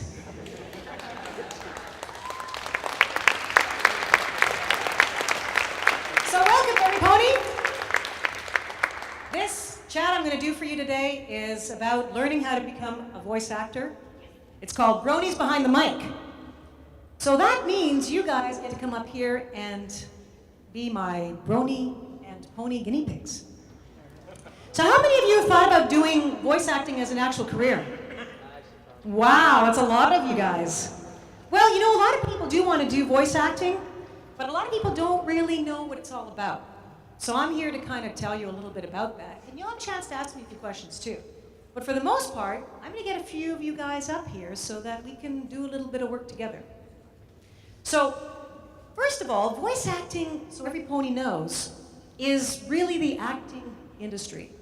Now, unlike TV acting, you don't have to deal with cameras, you don't have to deal with memorizing anything. You're just looking at your script basically, and you're trying to visualize being in the situation. And that's what we have to do a lot of time. So it is the acting industry, and it's pretty unpredictable. So you have to make sure that you do have something to fall back on, that you have a job of some sort where you can make a living. Now, I'm going to ask you guys, what do you think it takes to be a good voice actor? What elements do you think you need in performance, or just as yourself, to do really well in voice acting? Does anybody know? Yes? Personality? A funny voice or two? Yes? Outstanding characters? Understanding characters. That's a good one. Yes? Emotion. Absolutely. Very true. Yes? Voice lessons, yep. You have to like be an actor, like do some motions and help you get into it. Be really physical too, right? Yep. Energy's a big one. Bing, bing, bing, bing, bing. Yep, one more, two more, yep. Confidence. And the back? Yep. The character's inner essence. Very good. All of you have hit the mark, okay? So as a performer, we definitely need 4 things. There's more than 4 things, but just little like trademark things to sort of follow. Energy. Clarity. Not rarity, clarity. Not rarity, clarity. Energy, clarity, making it visual, which means if Spike trips and falls down, he's got to sound like he fell down, right? Or if we're, falling down a cliff, which we do every day, right? You guys know what that's like, right? Then you have to imagine yourself falling down the cliff. Energy, clarity, making it visual by being physical while you're standing in one position on the microphone. And the most important thing is taking direction. So if the director says, you know what, you need to do this or that, you need to be a little younger, you need to be a little bit more energetic, you need to pretend you're reading more, you need to do that. So those are really good things to have as pointers. And it's also really important that if you're really serious about that you record yourself. You can go online on chat and do chats and do scenes together, ad-lib with your friends, and be really honest about yourself. In other words, am I clear enough?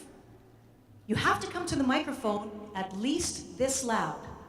Because if I'm standing beside somebody and I'm talking to them like this and stuff like that, or even if I'm just talking like, you guys want to go shopping or something? There's this really great store up the street. You can hear me, but there's no energy behind it, right? So that's what I mean by energy. And clarity, not rarity, clarity is to make sure that you understand what I'm saying. So it does not mean that you have to speak like this, but it means that when you're talking in conversation, we can understand you. And taking direction means when the director asks you to do something again, you do it. Okay? So those are important things. Now, we're going to get right to it. So I'm going to need some volunteers. So what I'm going to do right now, guys, is we're going to listen to these lovely kids' voices. Okay? The real thing. And I'm going to see if I can actually match their voice. What's your name? I forget because I don't have a very good memory. Jack, my favorite name, of course. And you're, again? Lola. Jack and Lola, everybody. Give them a hand right off the bat. Gee, every pony, it sure is a nice day over. Gee, every pony, it sure is a nice day today.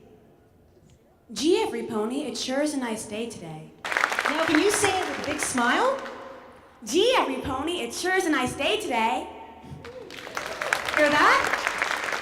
Okay. Let's see if I can match her.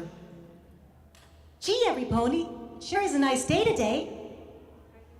Gee, every pony, it sure is a nice day today.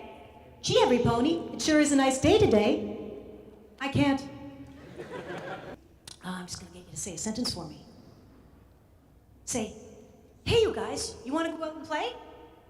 Hey, you guys, do you want to go out and play? Hey, you guys, want to go out and play? Say it loud. Hey. Oh, it's great. It's awesome. You did a great job. Give me this. Go, hey, every pony. Hey, everypony. Really loud. Hey, everypony. Hey, everypony.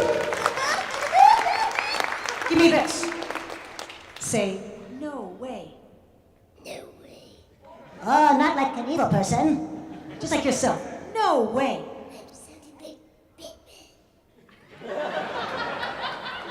You're starting to scare me a little bit over here.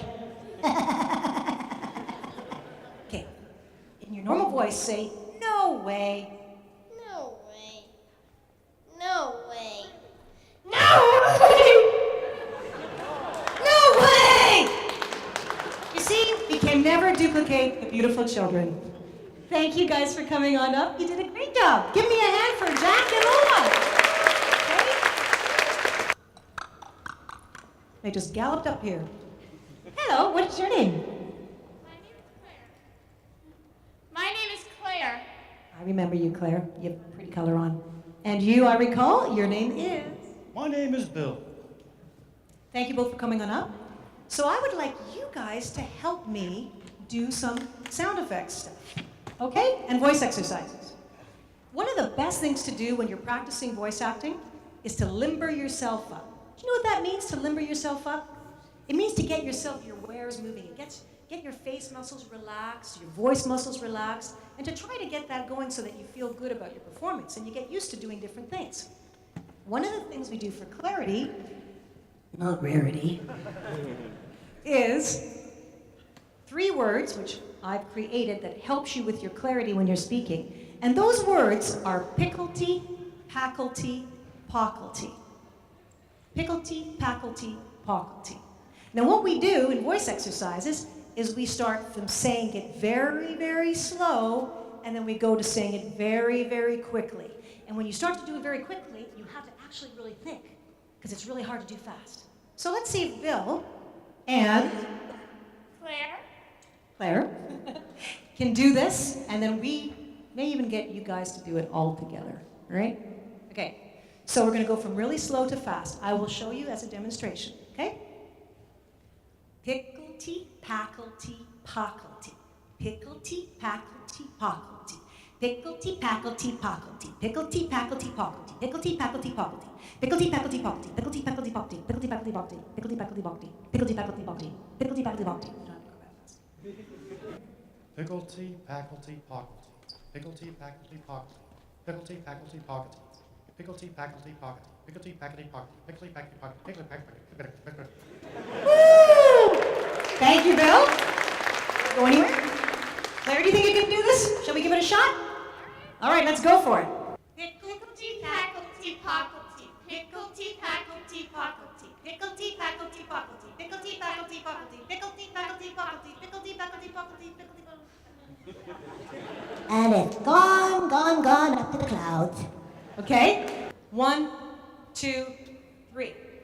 Picklety, packlety, pocklety. Picklety, packlety, pocklety.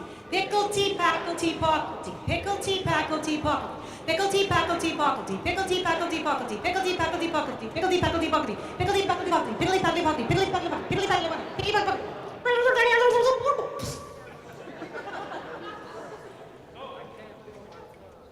Uh-oh, danger. He can't feel his tongue anymore. Thank you so much for coming up. That was fun.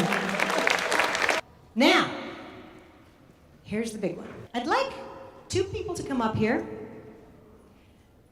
And I want people who are really serious about possibly doing voice acting as a career. And if those 2 people have an original voice, or a voice they think they can do, not, you know, mimicking somebody, but an original voice that you'd like me to hear. I'd like to pick 2 people to come up and demonstrate their original character so that I can help you develop it. Okay? Come on up. Come on right up. Awesome. And who are you guys? My name's James.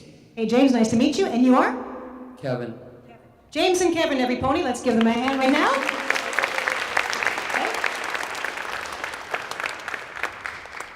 So, this is just going to be fun. So you guys, I want to ask you if you have any characters that you'd like me to explore, and I can help you develop it. So let's pick one character. Do you have a character that you feel that you can do, James? An original character? Okay, let's hear a teacher. Hello, class. Hello, everyone. My name is Miss Delight.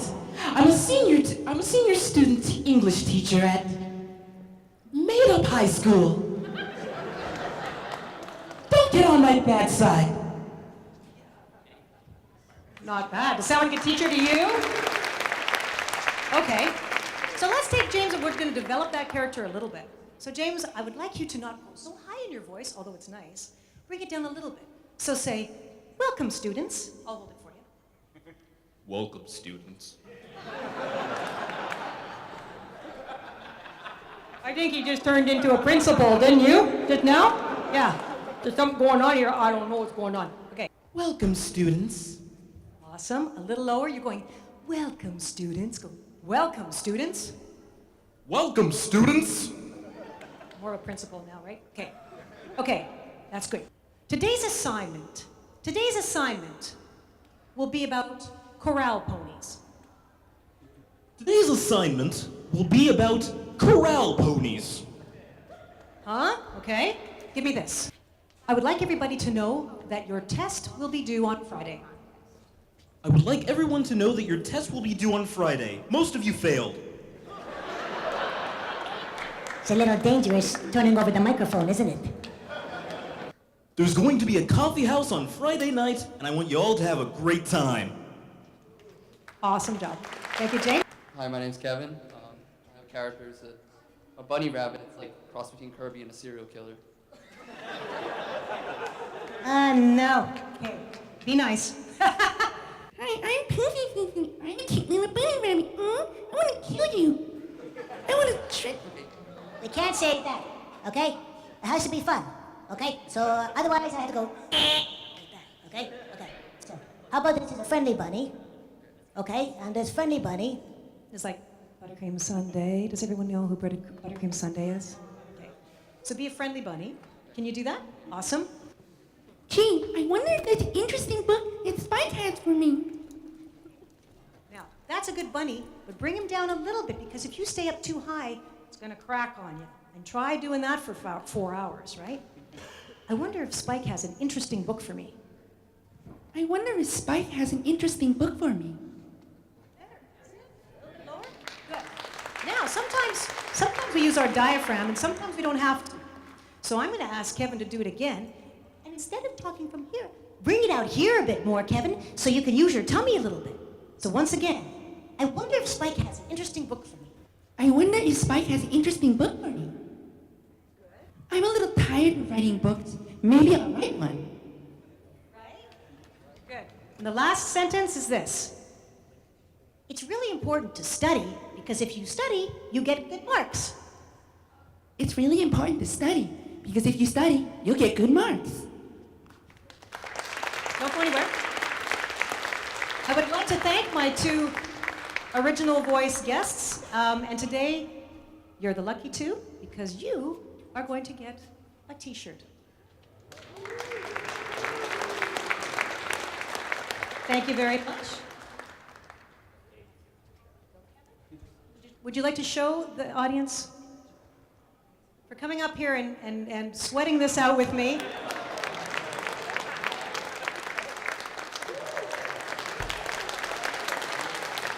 Thank you so much for coming up here and standing in front of us and giving us your original voices. Good job. Okay, thank you. And thank you everyone else who've come up too. Did a great job. We've nominated you, Miss Gabby Spike, to sing the Ponycon national anthem.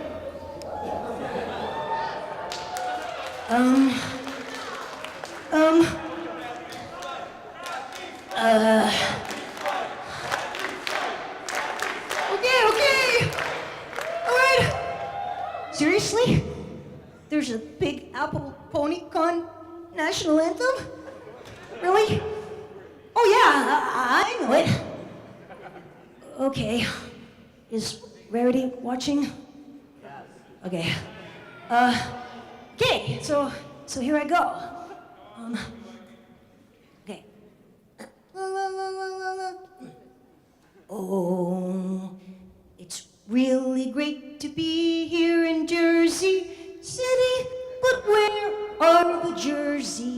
cows. And it's such a sunny day, and I hope you like my song, Big Apple Pony Con. And bronies are cool, and this is going on too long. At the Big Apple Pony Con.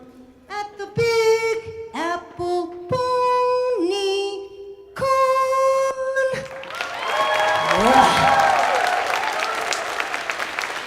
Thank you, everybody, so much for coming.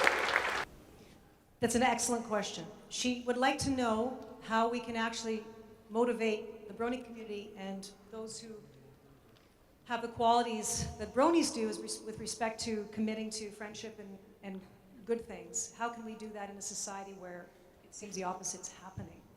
I think the only thing and the most important thing that we can do is to practice the beliefs of friendship and sharing and inclusion amongst ourselves. Be that person for you in your own circle of friends, and continue to spread the word about the show's good morals and values. You don't even have to talk about the show, but I mean, some people haven't seen it, and maybe that will also activate them. But be an example yourself in your own day-to-day living with the friends and neighbors and family that you have, and that will spread, and that will spread, and that will spread. Because it's a feel-good kind of thing, and when people feel accepted, they feel listened to, they feel acknowledged, it's a win-win situation, and it catches fire. And it spreads, and it spreads, and it spreads. And look at how many of us there are now. I think that's an important thing to have happen in our core little group. You can even do get-togethers where you talk about the show, or you go to these conventions. There are charities that are blossoming up all over the country and all over the world because of the brony movement. And to be part of it, to get involved with more of those things too, is also another way. But in your own day-to-day, be the example. That's what I say. Thank you. I'll take a couple more questions, and I think we'll have to wrap it up. Yes? To wind your vocal range? Widen your vocal range. There are other voice exercises I honestly don't have too much time for, but there are some good books out there. To your vocal range, outside of the picklety-packlety, you can do, there's a yow, yow. These are just like things to and go from slow to fast. There's a vowel sound exercise, quickly I'll just say, that singers use. You can take a vowel sound, A, E, I, O, or oo. You can imagine it starting from the top of your head, and going right down, and then from the bottom up. Those are good exercises as well. And just doing it. You know, getting some pony scripts or other scripts and casting yourself as a character or creating one. The more you do it, and the more you do it with other people, the more you start to explore. One more question, and then we'll call it a night or day, or yes, over there, in the bleachers. How does Dallas prepare and find that first audition? Wow, I'm still figuring that one out. How do you prepare for your first audition? And find it? Well, as I say, it's difficult to know if you yourself have the tools and are ready. If you do get yourself a coach in your locale, that can sort of be honest with you and tell you where you're at in the spectrum of things. If they feel you have the potential and the basics, then eventually they'll help you work towards considering what your voice range, what you're good at. You'll make a voiceover demo eventually. But I would say get a good coach first of all. Get someone in your locale who knows about how to make a demo. And then once you've taken that time, your base ready to produce that, then it's time to shop it around. Eventually get an agent who will help you with the groundwork. And then you need to give it up to the universe, do the best you can, but always have some work to fall back on. It is the acting industry, and I won't lie to you, it is unpredictable. But if it's a dream that you feel you have and you have a potential, I encourage you to go for it. Okay? Thank you, everybody, for coming. Thank you for coming to Big Apple Ponycon. Have a wonderful rest of the day and evening, and hopefully we'll see you again. Thank you. We'll also be holding another small autograph session if you guys are interested, Nicole and I, out in the autograph area. And if I don't see you, cyber hugs and bro huff.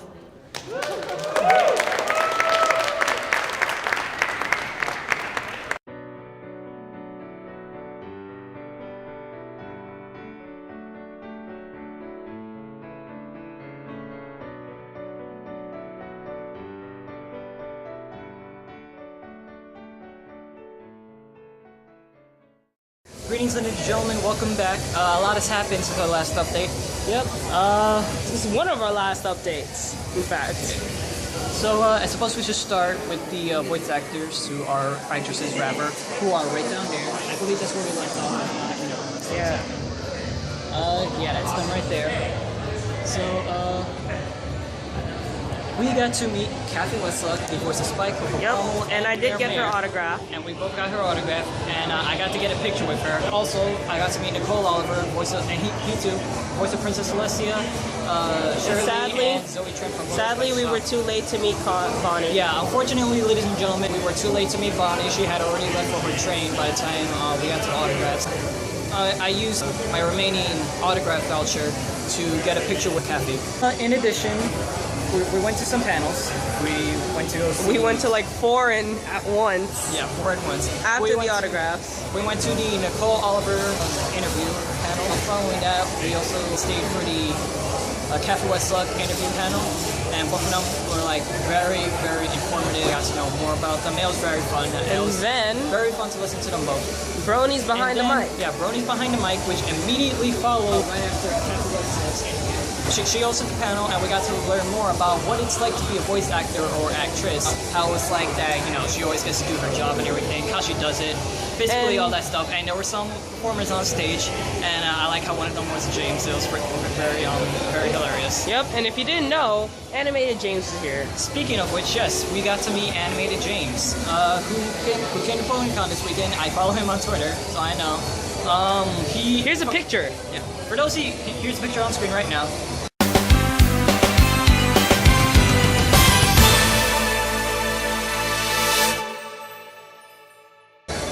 Now, for those of you who don't know, Animated James is basically the guy responsible for the Sonic vs. MLP series, like Sonic vs. Rainbow Dash, versus Amy vs. Pinkie Pie, Tails vs. Twilight, all that stuff. In addition, he also does some other spin-off animations, such as one that I really like that he did for Brain Scratch Comics called Inspector Shadow. In addition, he also does his own series called Stay Student. He is a very, very awesome guy. I love his animations. It was so nice to finally meet him. I got to ask him advice, because you guys all know that I want to be an animator in the future. So I got to ask him advice, what it's like to be an animator. I mean, what advice can he offer me? So basically, he offered me be more creative, take something that someone has done, don't blatantly rip them off, build up on that, make it more funnier. You can use shoutouts and references and everything like that. Take inspiration from people that you love, just evolve upon beyond that. Basically, become the best that you can. Basically, show yourself off in the best way possible. I'm not quoting him like word for word, but that's basically what he said. I apologize. But yeah, he was very awesome to meet, and shout out to him. His YouTube channel's in this annotation right here. Please click it. Please take a look.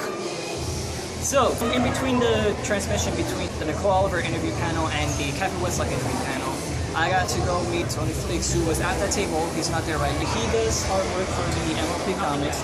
I got to talk to him as well. He enjoys his job very much. He says that they're such simple characters to draw, and doing the comics is pretty much a fun time. And I totally agree with him. And he's totally awesome. And he even got to do a drawing of my OC. And yeah, so we got a lot done. Yeah, we got a lot done today. Everyone here is so nice. And honestly, I was worried that only going one day would hinder our experience or that. But honestly, one day is enough. Last year, like with BronyCon, for the most part. Today was awesome. I think one day was good enough. We got a lot done today. Yeah, we got to accomplish a lot. We got to meet a lot of awesome people. Sad we didn't get to meet Bonnie, but stuff happens. We did get to see her in an interview. We did get to see her panel once we arrived here, and yeah. And we also got to meet up with some of the staff from Remote Media, and we got to meet up with Carl. And here comes one of them now. But what else is there to talk about? Lawrence, what have you done? Well, let me get that. Oh. Flip the world. Well, let's see. Well, Ray went to go get his OC, so I was in the auditorium for like an hour, 2 hours at a time. But it was amazing. Honestly, I got to learn a lot. Like even very early in the day when we went to Bonnie's interview, I asked the same question over and over and over again about what they think about the Brony community, and everybody basically said the same thing, is that we're individuals, you know, we gotta be who we are. We are all different, but we all have the same heart. And honestly, basically. the very first time that Yeah. I did, like, my interview, I mean, wow, I said interview. It's sort of an interview, because you're asking him a question. When I asked... Closest thing you'll have to that, ladies and gentlemen. But, continue. Lawrence own count. Like, I don't know. Whatever, yeah. So when we went to see the interview with Kathy, she said some great words, and she even continued that into the very next. Like I really do address how they talk about all the sensitive things that are going on in this world of violence and the bullying with bronies and everything. Primarily with yeah. bronies. And honestly, it touched my heart. Really and did touch both of our hearts. It was an instigator for me to go get her autograph because I mean, it sounds kind of cliche, but it's like honestly, I want to get to know her because honestly, she was such a great. Yeah. Such a great they're more than just voice actors, they're people too, and they show that to us today. Because ladies and gentlemen, we are actors in the making, and people like them are inspirations to us all. So fill in for me, Lawrence. Well, the rest of the day, honestly, was just like we were in and out. We went to go grab lunch at McDonald's, which is right around the corner conveniently. I had a sandwich. There's a lot of restaurants around the corner, actually. There's a Subway, there's a Dunkin' Donuts, and a Baskin Robbins, there's a Quiznos, there's a Golden Crust. There's everything. That'll be $5,000 for each name we just said.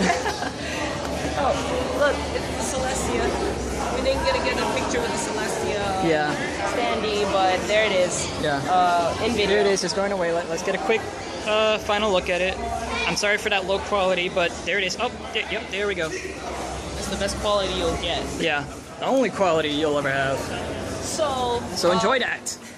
Today was great. I got my first Twilight plushie. Very great. Like similar to Ray's plushie. It was $30 here. I wanted to get one too, but when I went back, it was sold out, and that's why I went after Tony Fleeks for the OC knowing. Yep. And which is just as good. Oh look, he's back right there. Where? Right there. Guy in the hat. Yeah. He is awesome. Honestly, everything here is awesome. Ray the other day was kind of mad about how he didn't get to go yesterday. Yeah, a very, very long story, but We'll explain that when we get to know you guys better. Honestly, I think today was enough. Yeah. The big Apple Touched on lights. obviously aren't as big as a New York Comic Con. Sorry, hold that thought. Spike right there. Okay, go on.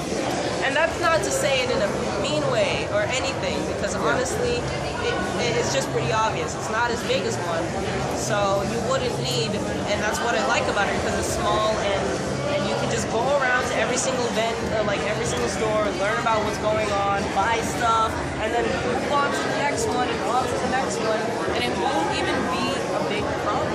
And that's what I like about this convention. It's such a small group of people, small open space. This is it, guys. This is over there, and then the auditorium, and that's it. Like you guys saw our video from last year. We enjoyed that convention as much, and as you saw, blue screen, blue screen of death, my mortal enemy. But you guys know that we enjoyed last year's convention, and we were initially worried a bit, like if today was going to be the exact same experience. If you ask us right now, I think we had a very, very great time.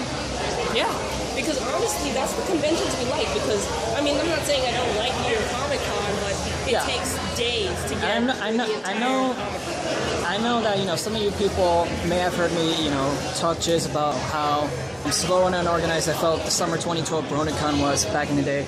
That's not to say that the convention was completely horrible. We had some great moments there too, and we couldn't get all of that on film, unfortunately. If anything, I'd say the BronyCon was. BronyCon was okay.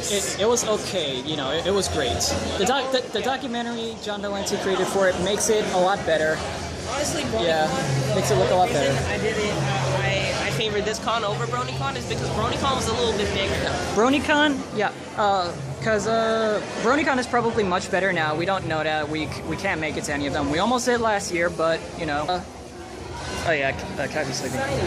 Oh, she's hugging. Hugs. Okay, but yeah. Big Apple. The reason why we favor Big Apple Ponycon over BronyCon right now. We apologize. This is our opinion though, so just understand, ladies and gentlemen. Please understand. The reason that we like Big Apple Ponycon more than BronyCon is because it stayed right here in the metropolitan area of New York, and it's generally Big Apple. Big Apple Ponycon. It is just like any other convention of bronies, and like they basically fulfill like what BronyCon did in the metro area. A lot of stuff happened. And honestly, like, BronyCon, they moved to Maryland. We wish they were still here. Yeah, and it doesn't look like it's gonna happen anytime soon, considering their success there, unfortunately. But hey, we gotta deal with that. But fortunately, we had a very, very worthy enough convention to take its place, and I thank Bronies NYC and everyone else for creating this awesome convention. Carr, Alan, Bill, you're awesome. Everyone, you are awesome. And honestly, everything's better when you're part of a team. But yeah, blocks. Everything is awesome. Block. You need 4 days to get through New York Comic Con to do what we did in our previous few hours. Yeah. In Big Apple Ponycon, we did in a few hours. What you need to do that at New York Comic Con, you need 4 days. That's why you get the 4 days. Yeah. And ladies and gentlemen, everything we wanted to do in both days, we managed to do it all today. yeah, and we even got to check out a bunch of panels and everything. The only thing I think we only miss is Bonnie and Tabitha, and we technically met Bonnie. So And we can always do Tabitha another day. I'm pretty sure she'll be back somehow. of course, and she lives in this area, in this region. We'll so meet there's her. there's honestly, I have That's no, a very. Regardless, even though you were not going anyway, that's a very missed Lorenzo rarity opportunity. But yeah, it would have been awesome to meet her I too. did honestly, the amount of money I brought today was enough. Yeah. For my needs, obviously, if you are a more heavy fan, I'm kind of all over the place with which fandom I associate myself with. Just by the way, folks, I still have $50 to my name. I came in with $150, so I spent. Zero. In fact, I think I'm negative dollars at the moment. You went over, Lawrence. The price is not right. Dollars because I owe $32.50 to Ray for the day that we missed. And I still owe him $5 for the... You always owe me money for something. Oh yeah, I lent him $5 so he can meet that inspirational woman. Meet that inspirational woman right there in the orange. Cafe Westlock. But yeah. And I thank you, bro. Very much, yes. Everything is just perfect, honestly. I had a poor morning, but everything just came together and everything is just coming to a close so quickly. I can't wait till next year's Big Apple Ponycon. Me too.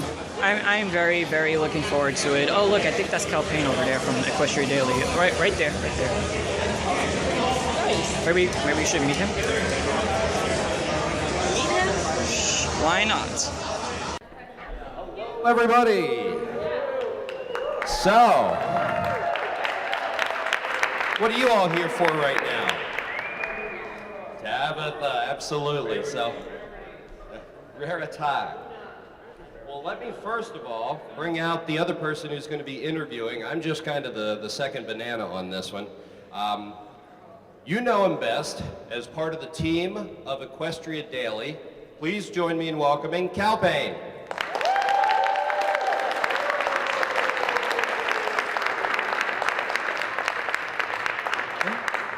Hello, you guys hear me? Hey guys, how's everyone doing tonight?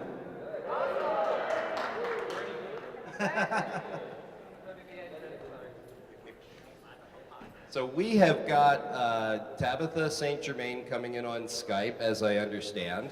So we're going to do some of the questions that were submitted on Facebook and meetup.com during this as well. So if you submitted a question and we'll say your name, just stand up in the audience so we can see you, and we'll ask your question of Tabitha. So what do you say we get this thing underway?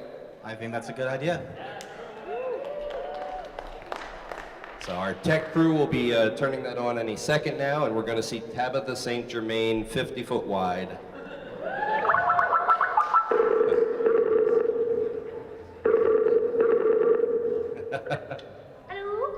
Hello? Hey!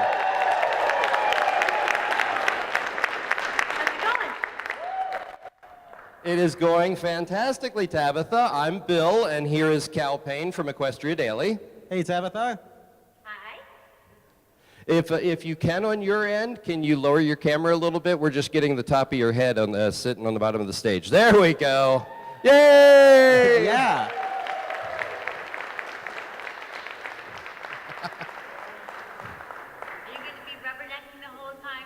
We'll be back and forth, yeah. We'll try not to hurt ourselves. Okay, good. I would want to be responsible for that. Well, first of all, I want to say thank you for submitting the invitation to Big Apple Ponycon that we've gotten so much mileage out of online in our promos that you would be here hoping everybody would see.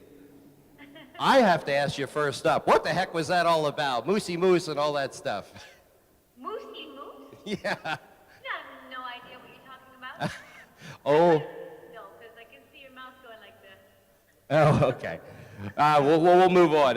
You submitted a really fun piece that I'm sure everybody saw in the promotional videos. So, Calpane, what do we want to ask the lady? Get going here. Well, let's see.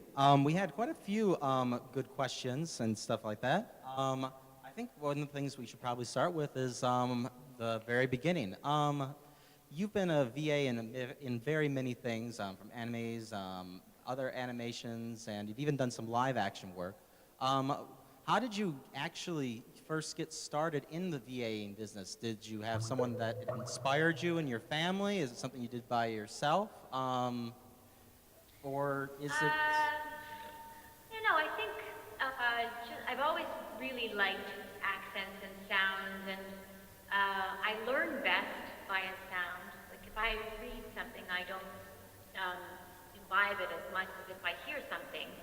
So it's always been the way that I'm wired. But I didn't really clock that there even was a profession when I was younger. I don't think there actually was. I mean, it was very limited. There were no, cartoon networks or YTV or The Hub. There was like, I think, Saturday morning cartoons on, and that was about it. So it wasn't really something in my awareness, but I was working in the theater, and I had an agent, and I got sent to an audition for this show, Ewoks, because I had on my resume that I spoke Zulu. and in the Star Wars movie, the Ewoks language was an amalgam of something like Zulu and Mandarin. It's a peculiar thing. But anyway, I got Ewoks. We never did, use any particular language, anything that I had the skill for. It was all, yum dub, that kind of thing. But yeah, that was my first one, and then it just kind of took off from there. So. Was it kind of nerve-wracking at first, or were you just gung-ho ready to do it from the get-go? It was just curious, just a very different gear. I mean, I had done a lot of radio, so I'd done a lot of radio drama, and so it was kind of along those lines. And we weren't looking at storyboards or pictures, we just had script. So it's a bit flying blind, and you didn't know what the end result would be, but it was all just kind of interesting, like, And then, I didn't know that I had a skill for it, but then you kind of learn because they call you back. Don't be scared of the giant hair!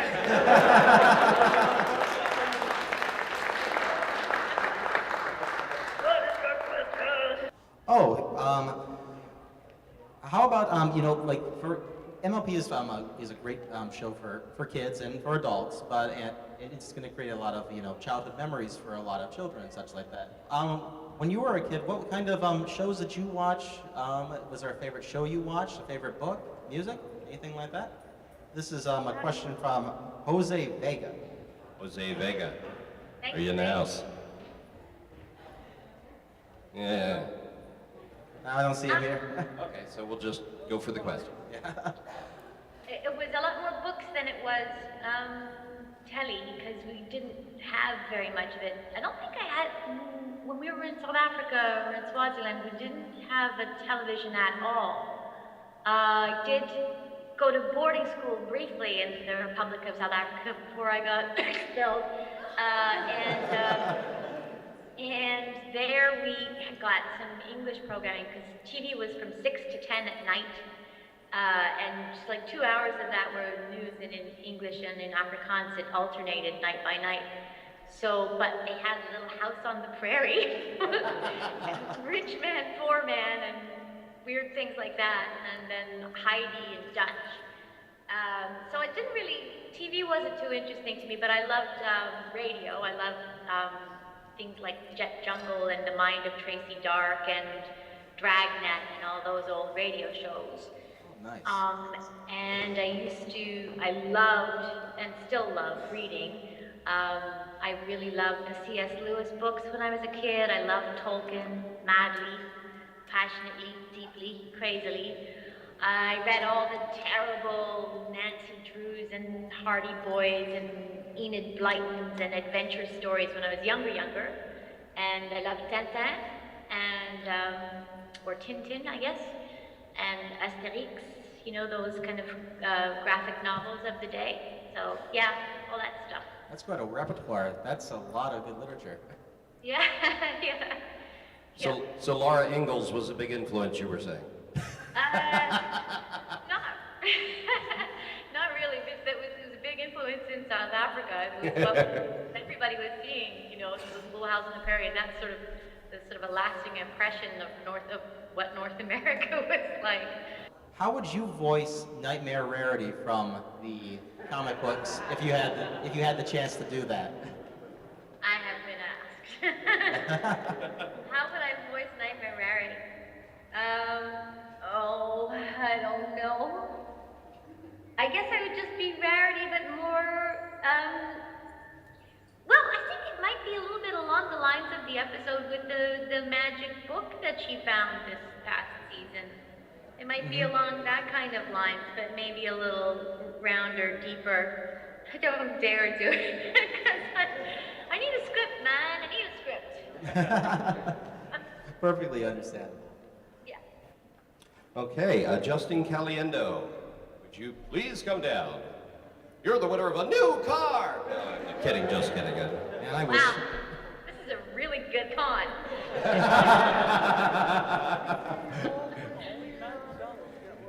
That would be down a here, fantastic Justin. one if everyone got a car.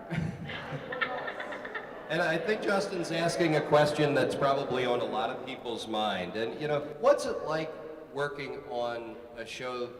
The exact words were, how does it feel to be working on an awesome show? But, I mean, you can read into that. I mean, what's it like to be working on a show that has such a following? Well, it's lovely. It's very unexpected. We, you know, for years, I mean, you could do your whole career as an animation performer and never really have any knowledge or understanding or, I don't know, connection to what leaves the studio kind of thing. So, I mean, you sort of know, because you turn on the TV, you're there, you know kids are watching it and are going to receive your voice every Saturday morning, and you should really apologize to their mom. But it's nothing like actually having, you know, just people emailing you or these conventions and stuff like that. It's really kind of nice. It's because you would have been the invisible audience, and now you're a bunch of buddies. Wow. All right, John. Like lawnmowers and craziness going on outside. Just gonna pick up the computer and go and close the back door. Ladies and gentlemen, we're going for a walk with Tabitha. It's a special that you didn't know was going to happen.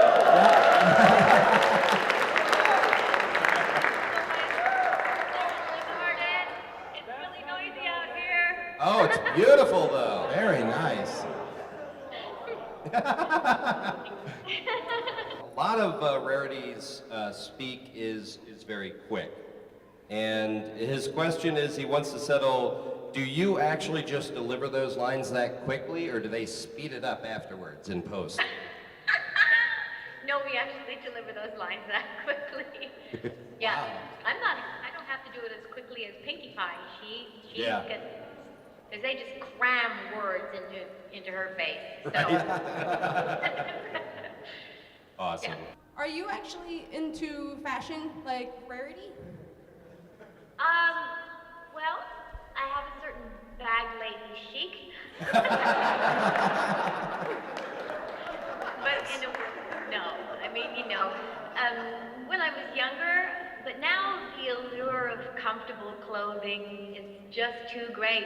And if something is disgusting in appearance, but really schlumpy, frumpy, comfy, then I'm in great danger of putting it on and wearing it incessantly. Give everyone a round of applause for Tabitha, please.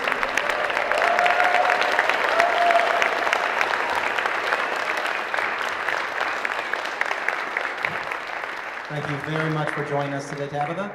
Really appreciate it. It was such a pleasure. It was such a pleasure. Thank you. Well, we will see you on the TV. Okay. Or at least hear you. Thank you, everybody. Thank you very much, Tabitha.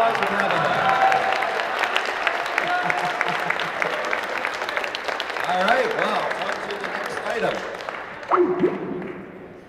Thanks for joining us, guys.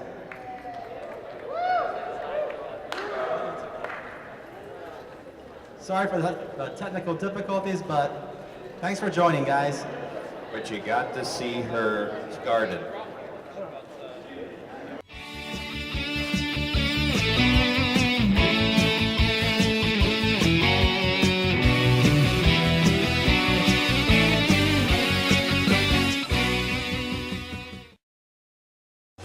Well, this is it.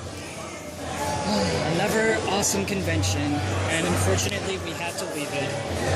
Why is the world so cruel? It's okay. What are these endings? Nothing should end.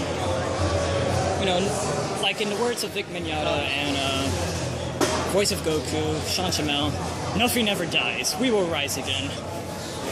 Well, farewell to you, Big Apple Ponycon. Big Apple Ponycon. And we will see you. And we will see you in just a few moments. Actually, yeah, we will see you right outside of the Lowe's Theater. Yes. We're gonna take some video. Yes.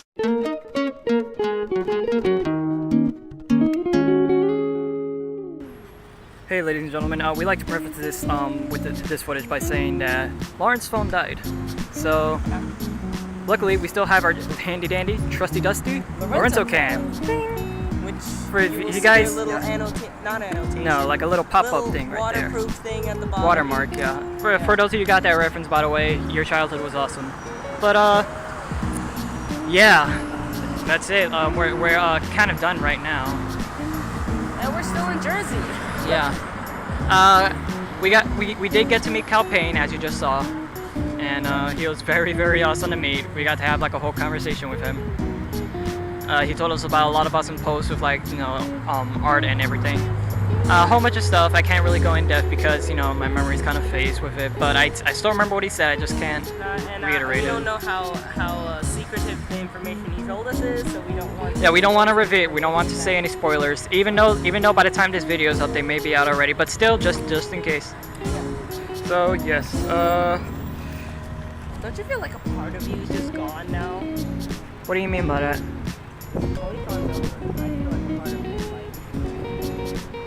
We did spend a lot of time preparing for this convention. Yeah.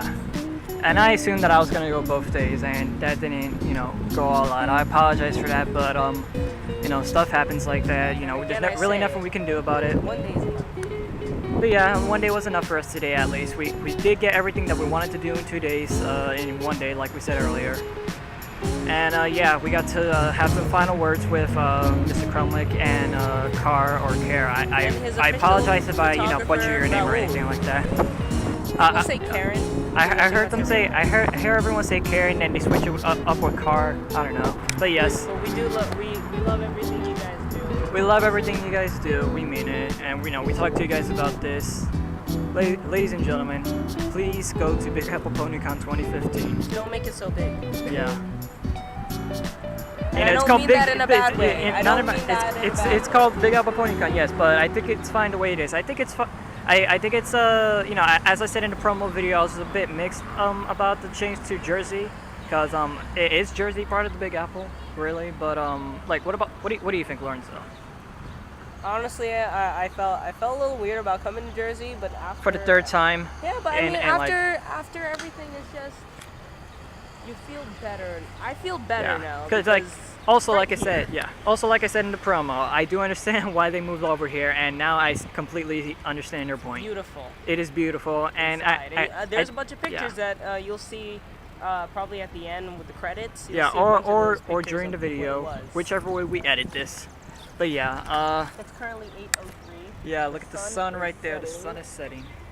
on a wonderful day. Yes. Thank you, Celestia. Who we did meet today. Who we did meet, yes. But yeah. Today is just totally rounded out. As I mentioned before, I did have a bad morning. But Yeah. This made me feel a little better about everything. Especially some things that Kathy said. That disasters happen and you just have to realize that you have to move on. I think it was either her or Nicole. I don't remember. Yeah. Who. But and that just made me. I think it feel might have better. been her. Yeah. Because Like- that was what happened. I mean, we don't- it's not much of a disaster. In my head, it's a disaster because what actually had happened was I took an SAT subject test this morning and I forgot my calculator. He forgot his calculator, unfortunately. was So he taking a had math test. he kind of had a horrible time with it, and I was kind of struggling. So he managed to get through most of it, but you know, it wasn't enough. it wasn't pretty me going through it, honestly.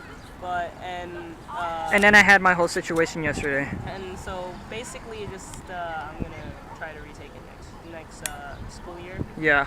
It's not a bad thing, you know. So you just try things out, you learn lessons. By the way, he is a grade A student. I think he may be smarter than I. Oh, stop it. So, but as I was saying, it was like, you know, like I said, you know, you learn things, you move on, and you just pick yourself right back up. And Yeah. honestly, you know, And just don't I'm constantly run around crying, reminded by the acting fact sad. that I made that stupid mistake. But then at the same time, I'm like, let me pick myself back up Yeah. because honestly, there's a lot more important things to worry about, than whether I get a 700 or so on the SAT. Yeah. You know, we don't run around crying, acting sad. We just dust our shoulders off and keep on moving. Yeah. You know, it's just motivational. Everything you said today, you know, and I honestly understand. Like, I understand the Brony fandom on a deeper level because now I understand that these lessons about friendship aren't just for little kids. And I mean, I knew that, but now I fully grasp. Because I fully grasp the concept. Because that's the thing that Bonnie and Lauren originally had in mind when creating their own generations of fandom. You know, like it's for everybody. It's not just for little girls like Hasbro likes to make it. Like I'm not trying to like diss on Hasbro or anything like that, but you know they mostly market this stuff towards girls. I apologize for that, by the way. But motorcycles. Yeah, car games on motorcycles. Motorcycles are being squeak. But yeah, like this is really a show that anyone can just get into, and all it takes is just watching one single episode. And, you know, if you don't like it, then just watch another one. Just keep trying and, you know, see what the show has to offer, you know, because it's never a terrible show. It's just one of the most amazing created animated series in, you know, probably modern day history. It gets its sales ratings, etc. for a reason. It has this huge fan base and their conventions for a reason. None of us would be here right now, like in this spot, making this video, inside that convention, having a fun time, without both, you know, Bonnie Zachary and Lauren Faust. You know, just it's a thing, you know. I wasn't making that face because of that, by the way. Yeah.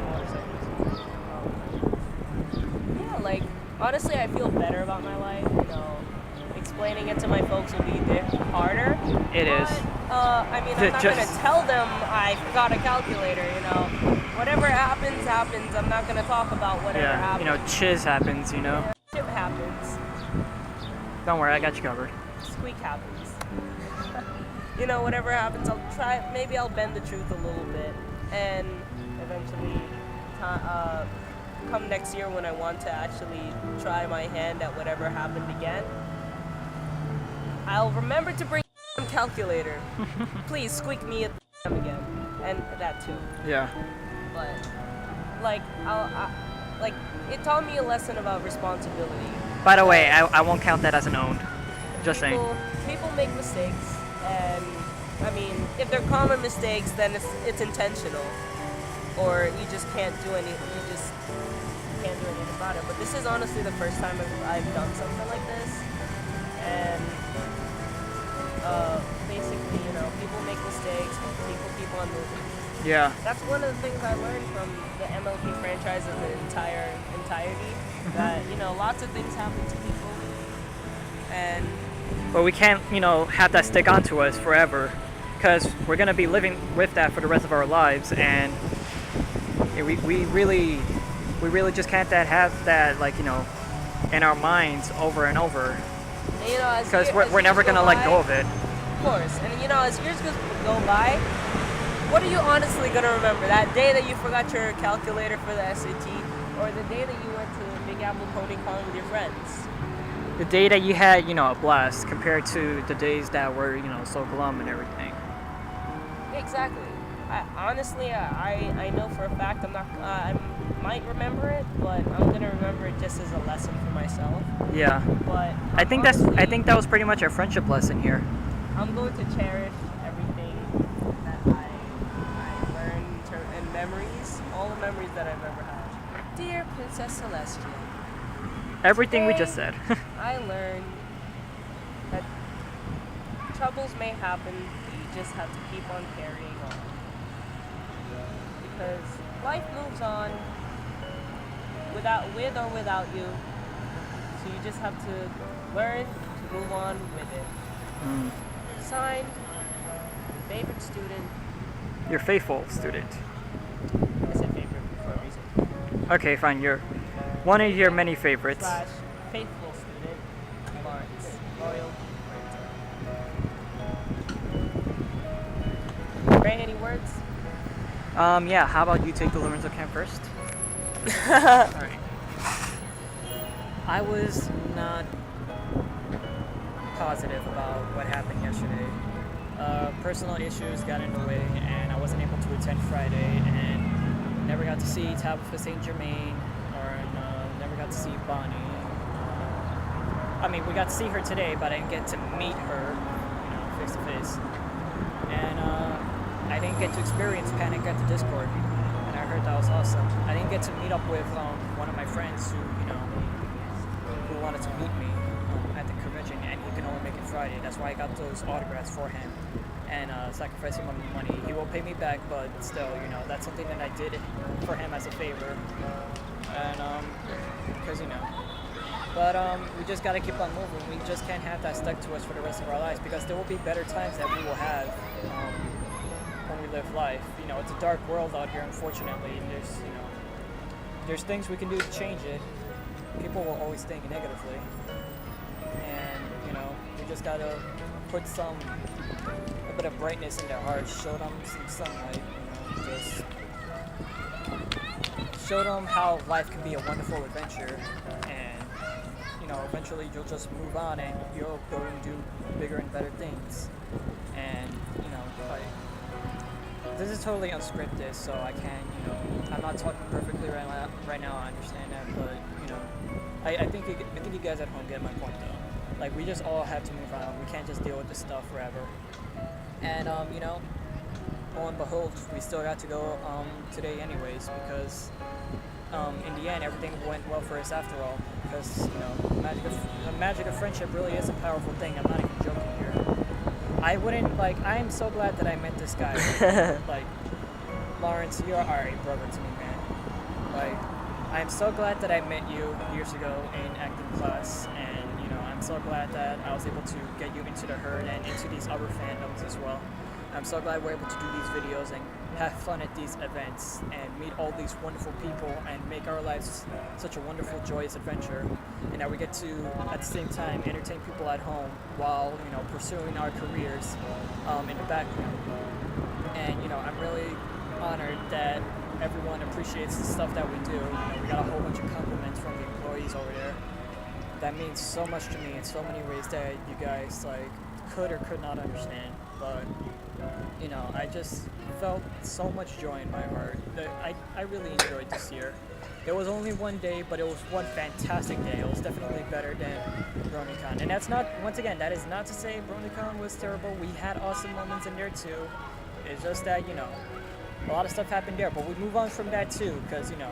Yeah, 8-hour I'm pretty sure lines. it's a better convention right now. I can't speak, you know, word for word, because I haven't been to it since 2012. And, boy, that's been a long time from now already. I'm so glad that Bronies NYC came out with the Gobble Ponycon and that we're still able to go to these Brony conventions right here in the metropolitan area of New York City. And yeah, I think they do a dang fine job of, you know, what they do. And I really look forward to what you guys do. And yeah, I thank all of you guys out there, all of my fans, friends, patient subscribers, family members, everyone out there, all of you guys, for enjoying all of our content, because you guys really warm our hearts. And you know, there's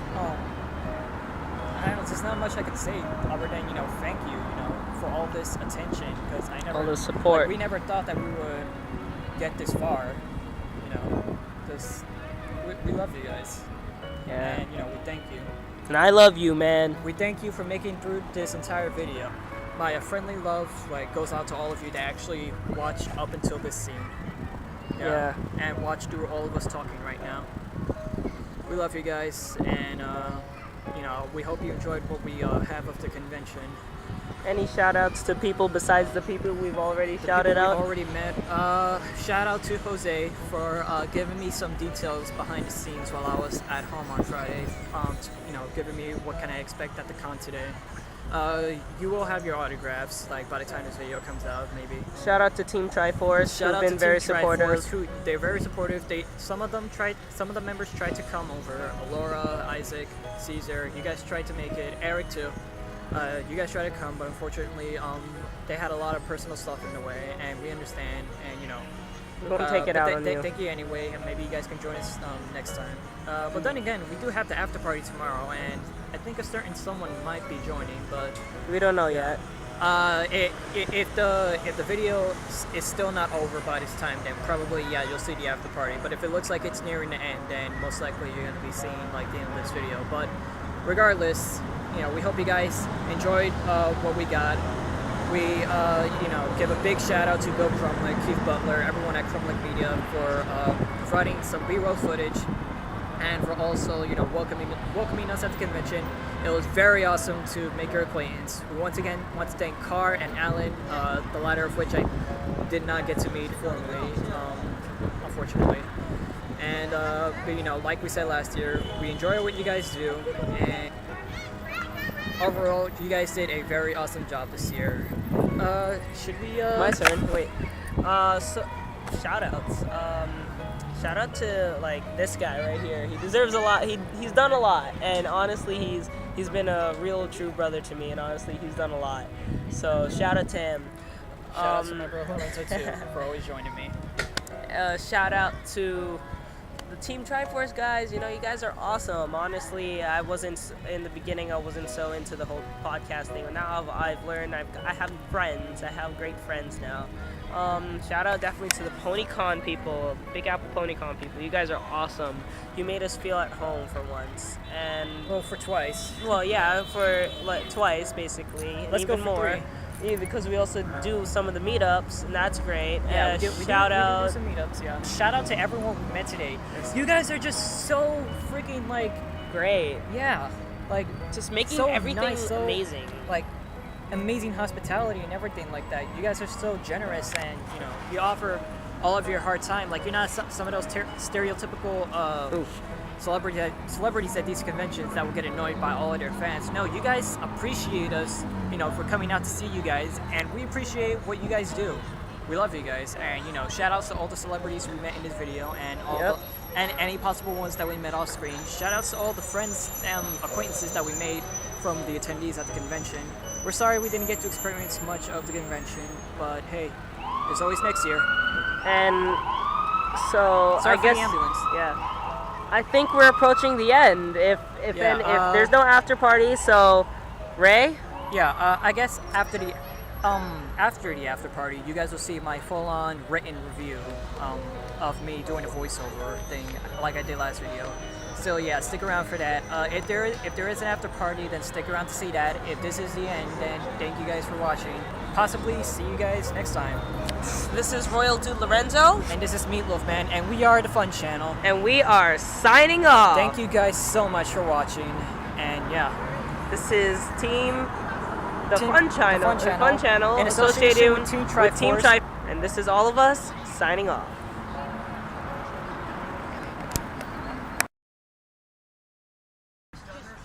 Well, we're not done yet, ladies and gentlemen.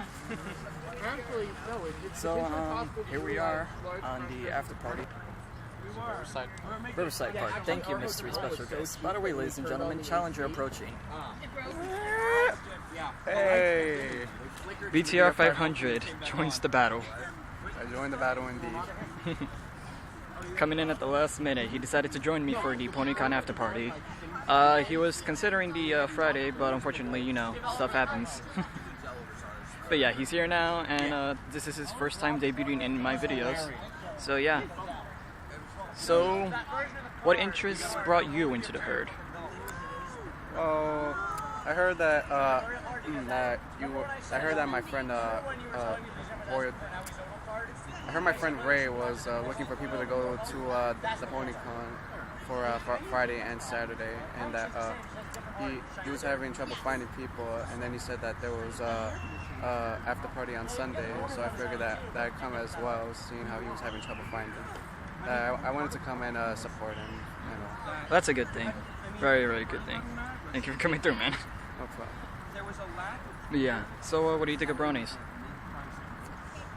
Well, I've only had a certain amount of experience to the bronies and My Little Pony, so I feel that the show, that even though that it seemed that it was targeted for like a younger audience, there's nothing wrong with guys liking My Little Pony. Like that, I have seen a couple episodes of it at first, and I've had exposure to it as well on YouTube through like an abridged series by a YouTuber who does an abridged Zelda series as well.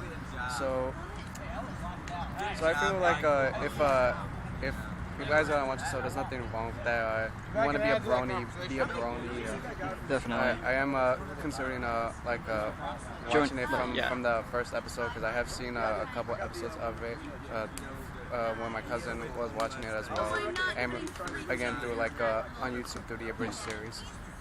So as of this video, you don't consider yourself a full brony just yet, do you? Maybe like a partial? Yeah, like partial, because I haven't seen like a lot of the episodes yet. Yeah. But I do know the characters and the villain as well. Well, that's a good thing. Well, thanks for sharing that with us. So here's Bronies NYC. Yeah, it's some bags over here. There's the Fluttershy cut off from yesterday. Or Standy, whichever. And here's Rainbow Dash. And here's Pony from Gen 1. Or, I don't know if it's official, because it kind of looks like it's bootleg, but I don't know. Hey, they have a removable head, so that wasn't the original. And I have one too, right here. I still remember talking to somebody. And they're squishy. And they were like, oh, I don't know if I can reach that. I'm like, It reminds me of that joke from Billy and Mandy where it's like, he even comes with a removable head. and like, she thinks she's seen a cat without a removable head. Yeah. It's funny because you twist this like, and then.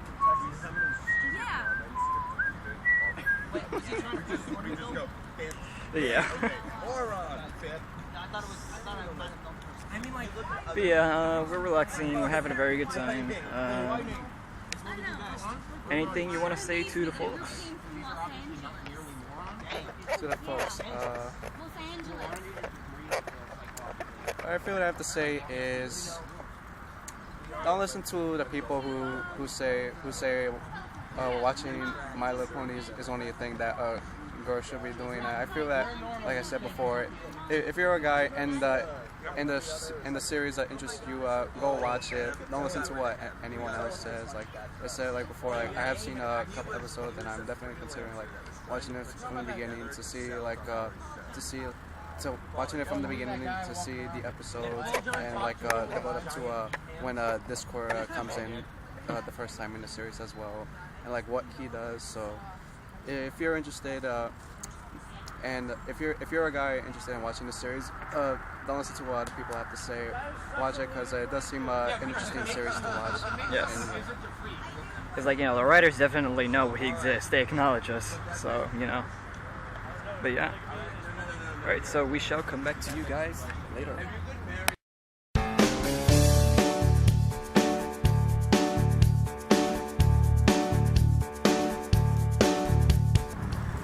Okay, so just a while ago, Keith drew me like this very weird looking pony centipede thing. So I decided to put it on Rainbow Dash and make it like a pony lay. by the power of the pony centipede, I have the power. All I need is a hula skirt and then we're done. You need more ponies, that's what you need. You can never have too much. There's no such thing as too much ponies. Never. The power of the ponies is unlimited. There's no such thing as too much ponies. There's never, ever too much thing. Crazy Steve knows the ponies. Crazy Steve. If you guys seen the Team Triforce page, Crazy Steve knows the importance of ponies. My arms, can I please take a break? You will take a break when Twilight Sparkle discovers the magic of friendship.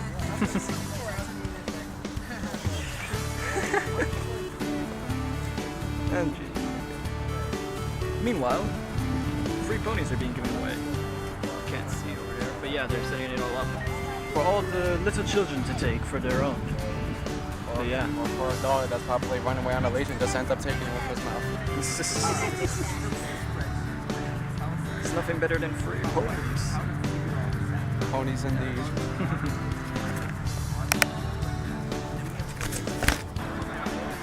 There are more people now.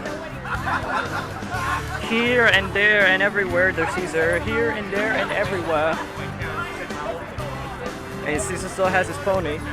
My pony. Your little pony. My little pony.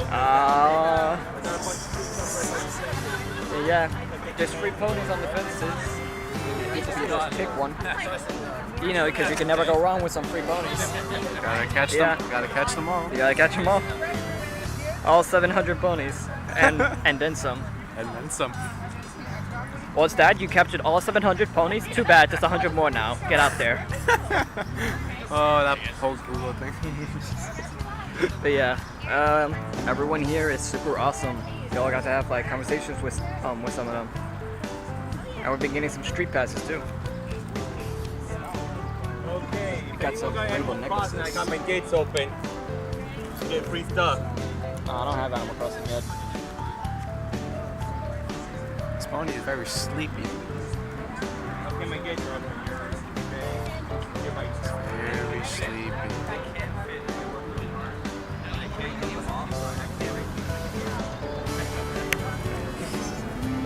Okay. But yeah. Very, I guess temperature-wise, it's a very great day today. Yeah. Warm, just right. It's not too hot, not too cold. A nice breeze. Nice breeze. We have a Fluttershy over there. Looks like Fluttershy's getting ready for school. Yeah. For those of you who don't know, that's from the episode where she was in that choir. Yeah, it doesn't look like she's going to school though. There's one over there, but I don't know what it looks like. I'll show it probably later. But yeah. And as you can see, there's other people here trying to relax inside the park, and we're just doing our own pony thing. But yeah. For some reason, me and Caesar are just talking about YouTube videos all day, epic rap battles, death battle, all kinds of stuff. And ponies. And ponies. You can never have too much ponies. Never. There's no such thing as too much ponies. There's never enough. Question number 1. What's the limit of how many My Little Ponies you can have? The answer is, there's never enough. You can never. There's no such thing as too much ponies. Never. And I'm gonna draw that out. But yeah. And as I showed you just now, got some Rainbow Dash necklaces courtesy of car. Or care. But yeah. There's beheaded pony heads on the ground. Wonder if you can guess where those come from.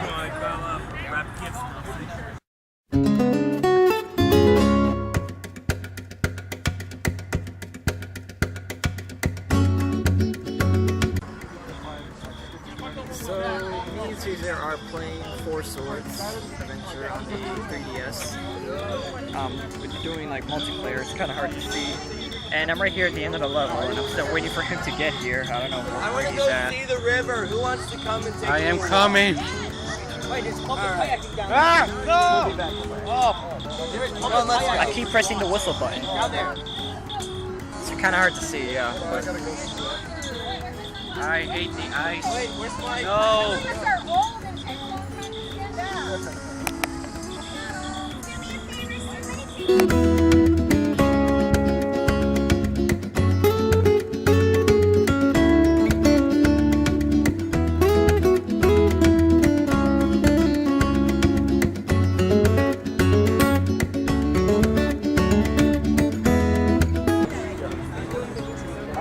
Power of Rainbow Dash in this pony centipede, and the pony I am holding.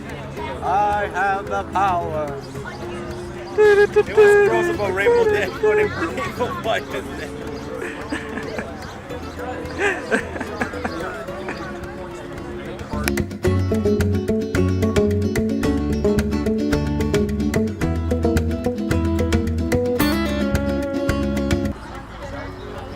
We just took a group shot. Alex, you gotta get Twitter.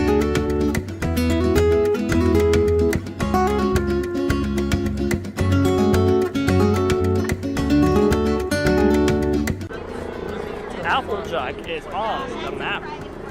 Where does she wish to go? It's a dog! So cute. What? It's a corgi! Oh my god. The douche.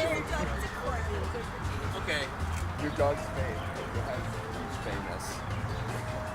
What is this? Why? Her name's turned into like Corgi Fairy Godmother. Here, have a Corgi. Watch where you're stepping though, the bag's No. are She's named after Kiki's delivery service.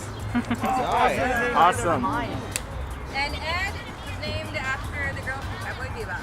Instead of Sweet. Actual corgi Cowboy Bebop. I do have a member who has typhoid eyes.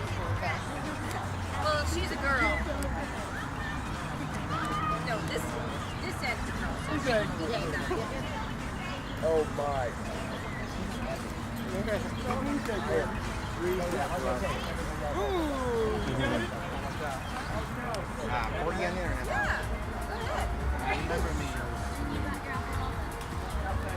you get a fakey pony? No, I have to call my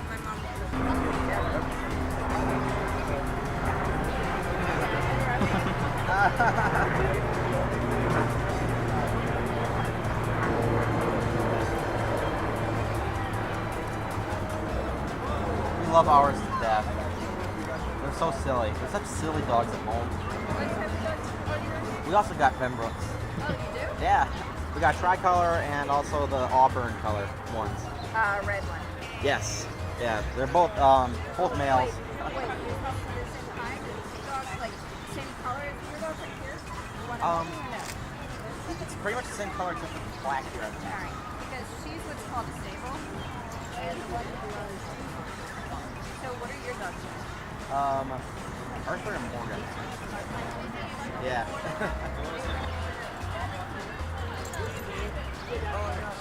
They're silly dogs.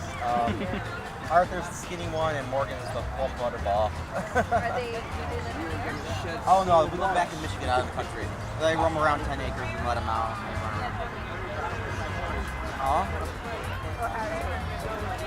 Oh, you're not. Well, I was recently living in Ohio. Witness the power of this perfect Pinkie Pie. I'm Pinkie Pie, the ultimate pony in this cardboard box. This is who I am. Nah, but seriously though, this is a very, very huge plushie. Very well done, Rainbow.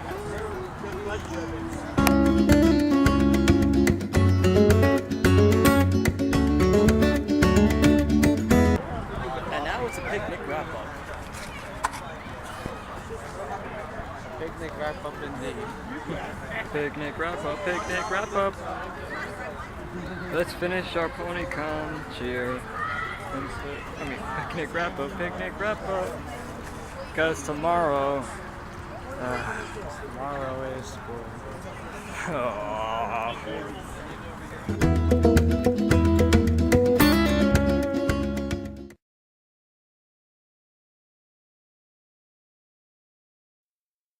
Ponycon.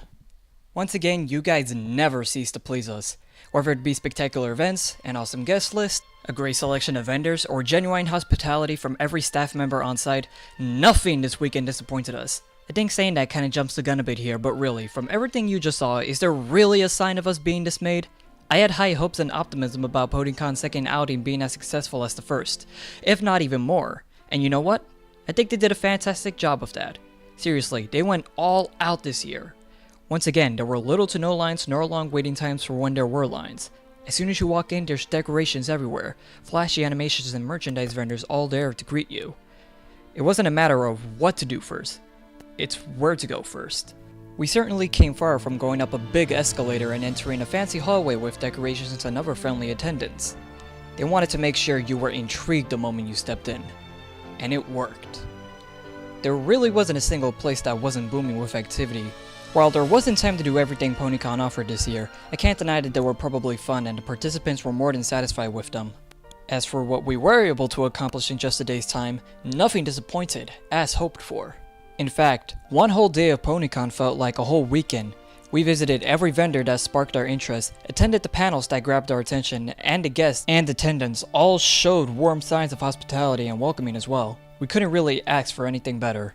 I know you guys heard us talk about this a few minutes ago, but really, it's worth reiterating when you've had such a fantastic time, quality service from dedicated fans, and people who legitimately care, support, and are friendly to you to begin with. For a con trying to promote Friendship is Magic's many relatable lessons about love, equality, and the elements of harmony in general, among the many other morals, Ponycon always manages to get it right, with the help of staff, volunteers, guests, and attendee alike. That to me is what a Brony convention should be. I would like to address some minor nitpicks though. For one, even though I said earlier that seeing vendors scattered everywhere grabbed my attention upon entering Ponycon, I will admit it was rather strange to have a whole bunch of them in various places. Ideally, a con would have them hosted in a separate merchandise hall, which was how it was back at the Brooklyn Marriott in 2013. Technically, the second floor of the Landmark Lowe's as a whole is essentially that equivalent, but not every vendor had space on said level. That's really only minor though, so I digress, and besides, that's not going to be a problem in 2015. I'd also like to complain about the weird $20 extra for a picture, but that's probably out of the con's control. And really, I've said more than enough about the whole Brooklyn, New Jersey thing. Really though, I have no true complaints. Everything was amazing for us as you all saw, and no complaint is enough to invalidate such an outstanding event. Not bad for only being able to spend 6 whole hours there. I'm also glad that I even got to see the Landmark Lowe's Jersey in general. Not only is it a great historical location, but it also ended up being an interesting location for this gathering of incredible, talented people who care about their fans and supporters, and said fans who know how to have a great time. Stuff like this is what keeps me being a brony among other things. I've been into her since season 1, and now My Little Pony and its awesome community are something I will follow to the end of time, and beyond. Sure, the fandom has its ups and downs, but then again, what franchise fanbase doesn't? The point is to stray away from those darker areas and instead remember and celebrate what brought us all together to begin with. No matter the generation, no matter what our gender is or our age, no matter our tastes or talent. Kathy Westlock put it best, we truly are all the same. And no matter what dark troubles come our way, we're always going to pull through and have fun in the end. On behalf of me, Lawrence, and Caesar, to all the Ponycon guests, staff members, crew, attendees, etc., you all know who you are. Thanks for teaching us that valuable lesson, and for another fantastic con year. You guys let the rainbow remind us. I do wonder what 2015 will have in store. A lot is already happening leading up to it, and you know we're gonna be back to cover it all from our perspective, once again with the help of Ponycon themselves.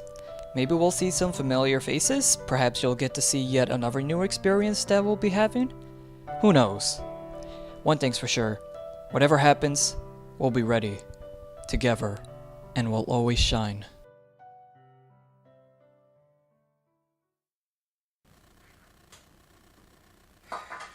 Finally done with this.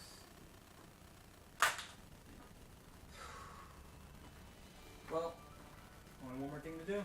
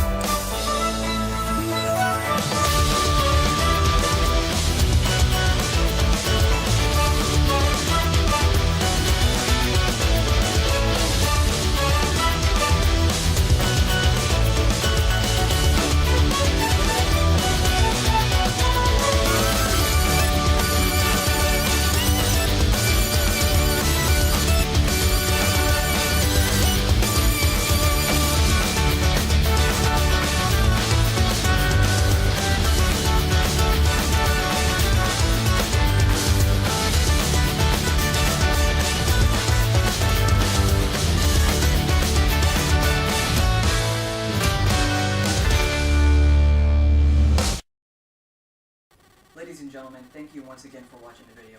I put a lot of work and effort into making this entire thing, and if you made it up to this entire point, then really it warms my heart so much, and I'm really glad that you're actually dedicated that much to coming this far, and you guys heard what we said about you all earlier, so I'm not gonna bring up anything more and just end this off right here. So if you enjoyed this video, you know what to do below. Thank you all, ladies and gentlemen, and see you guys in Ponycon 2015.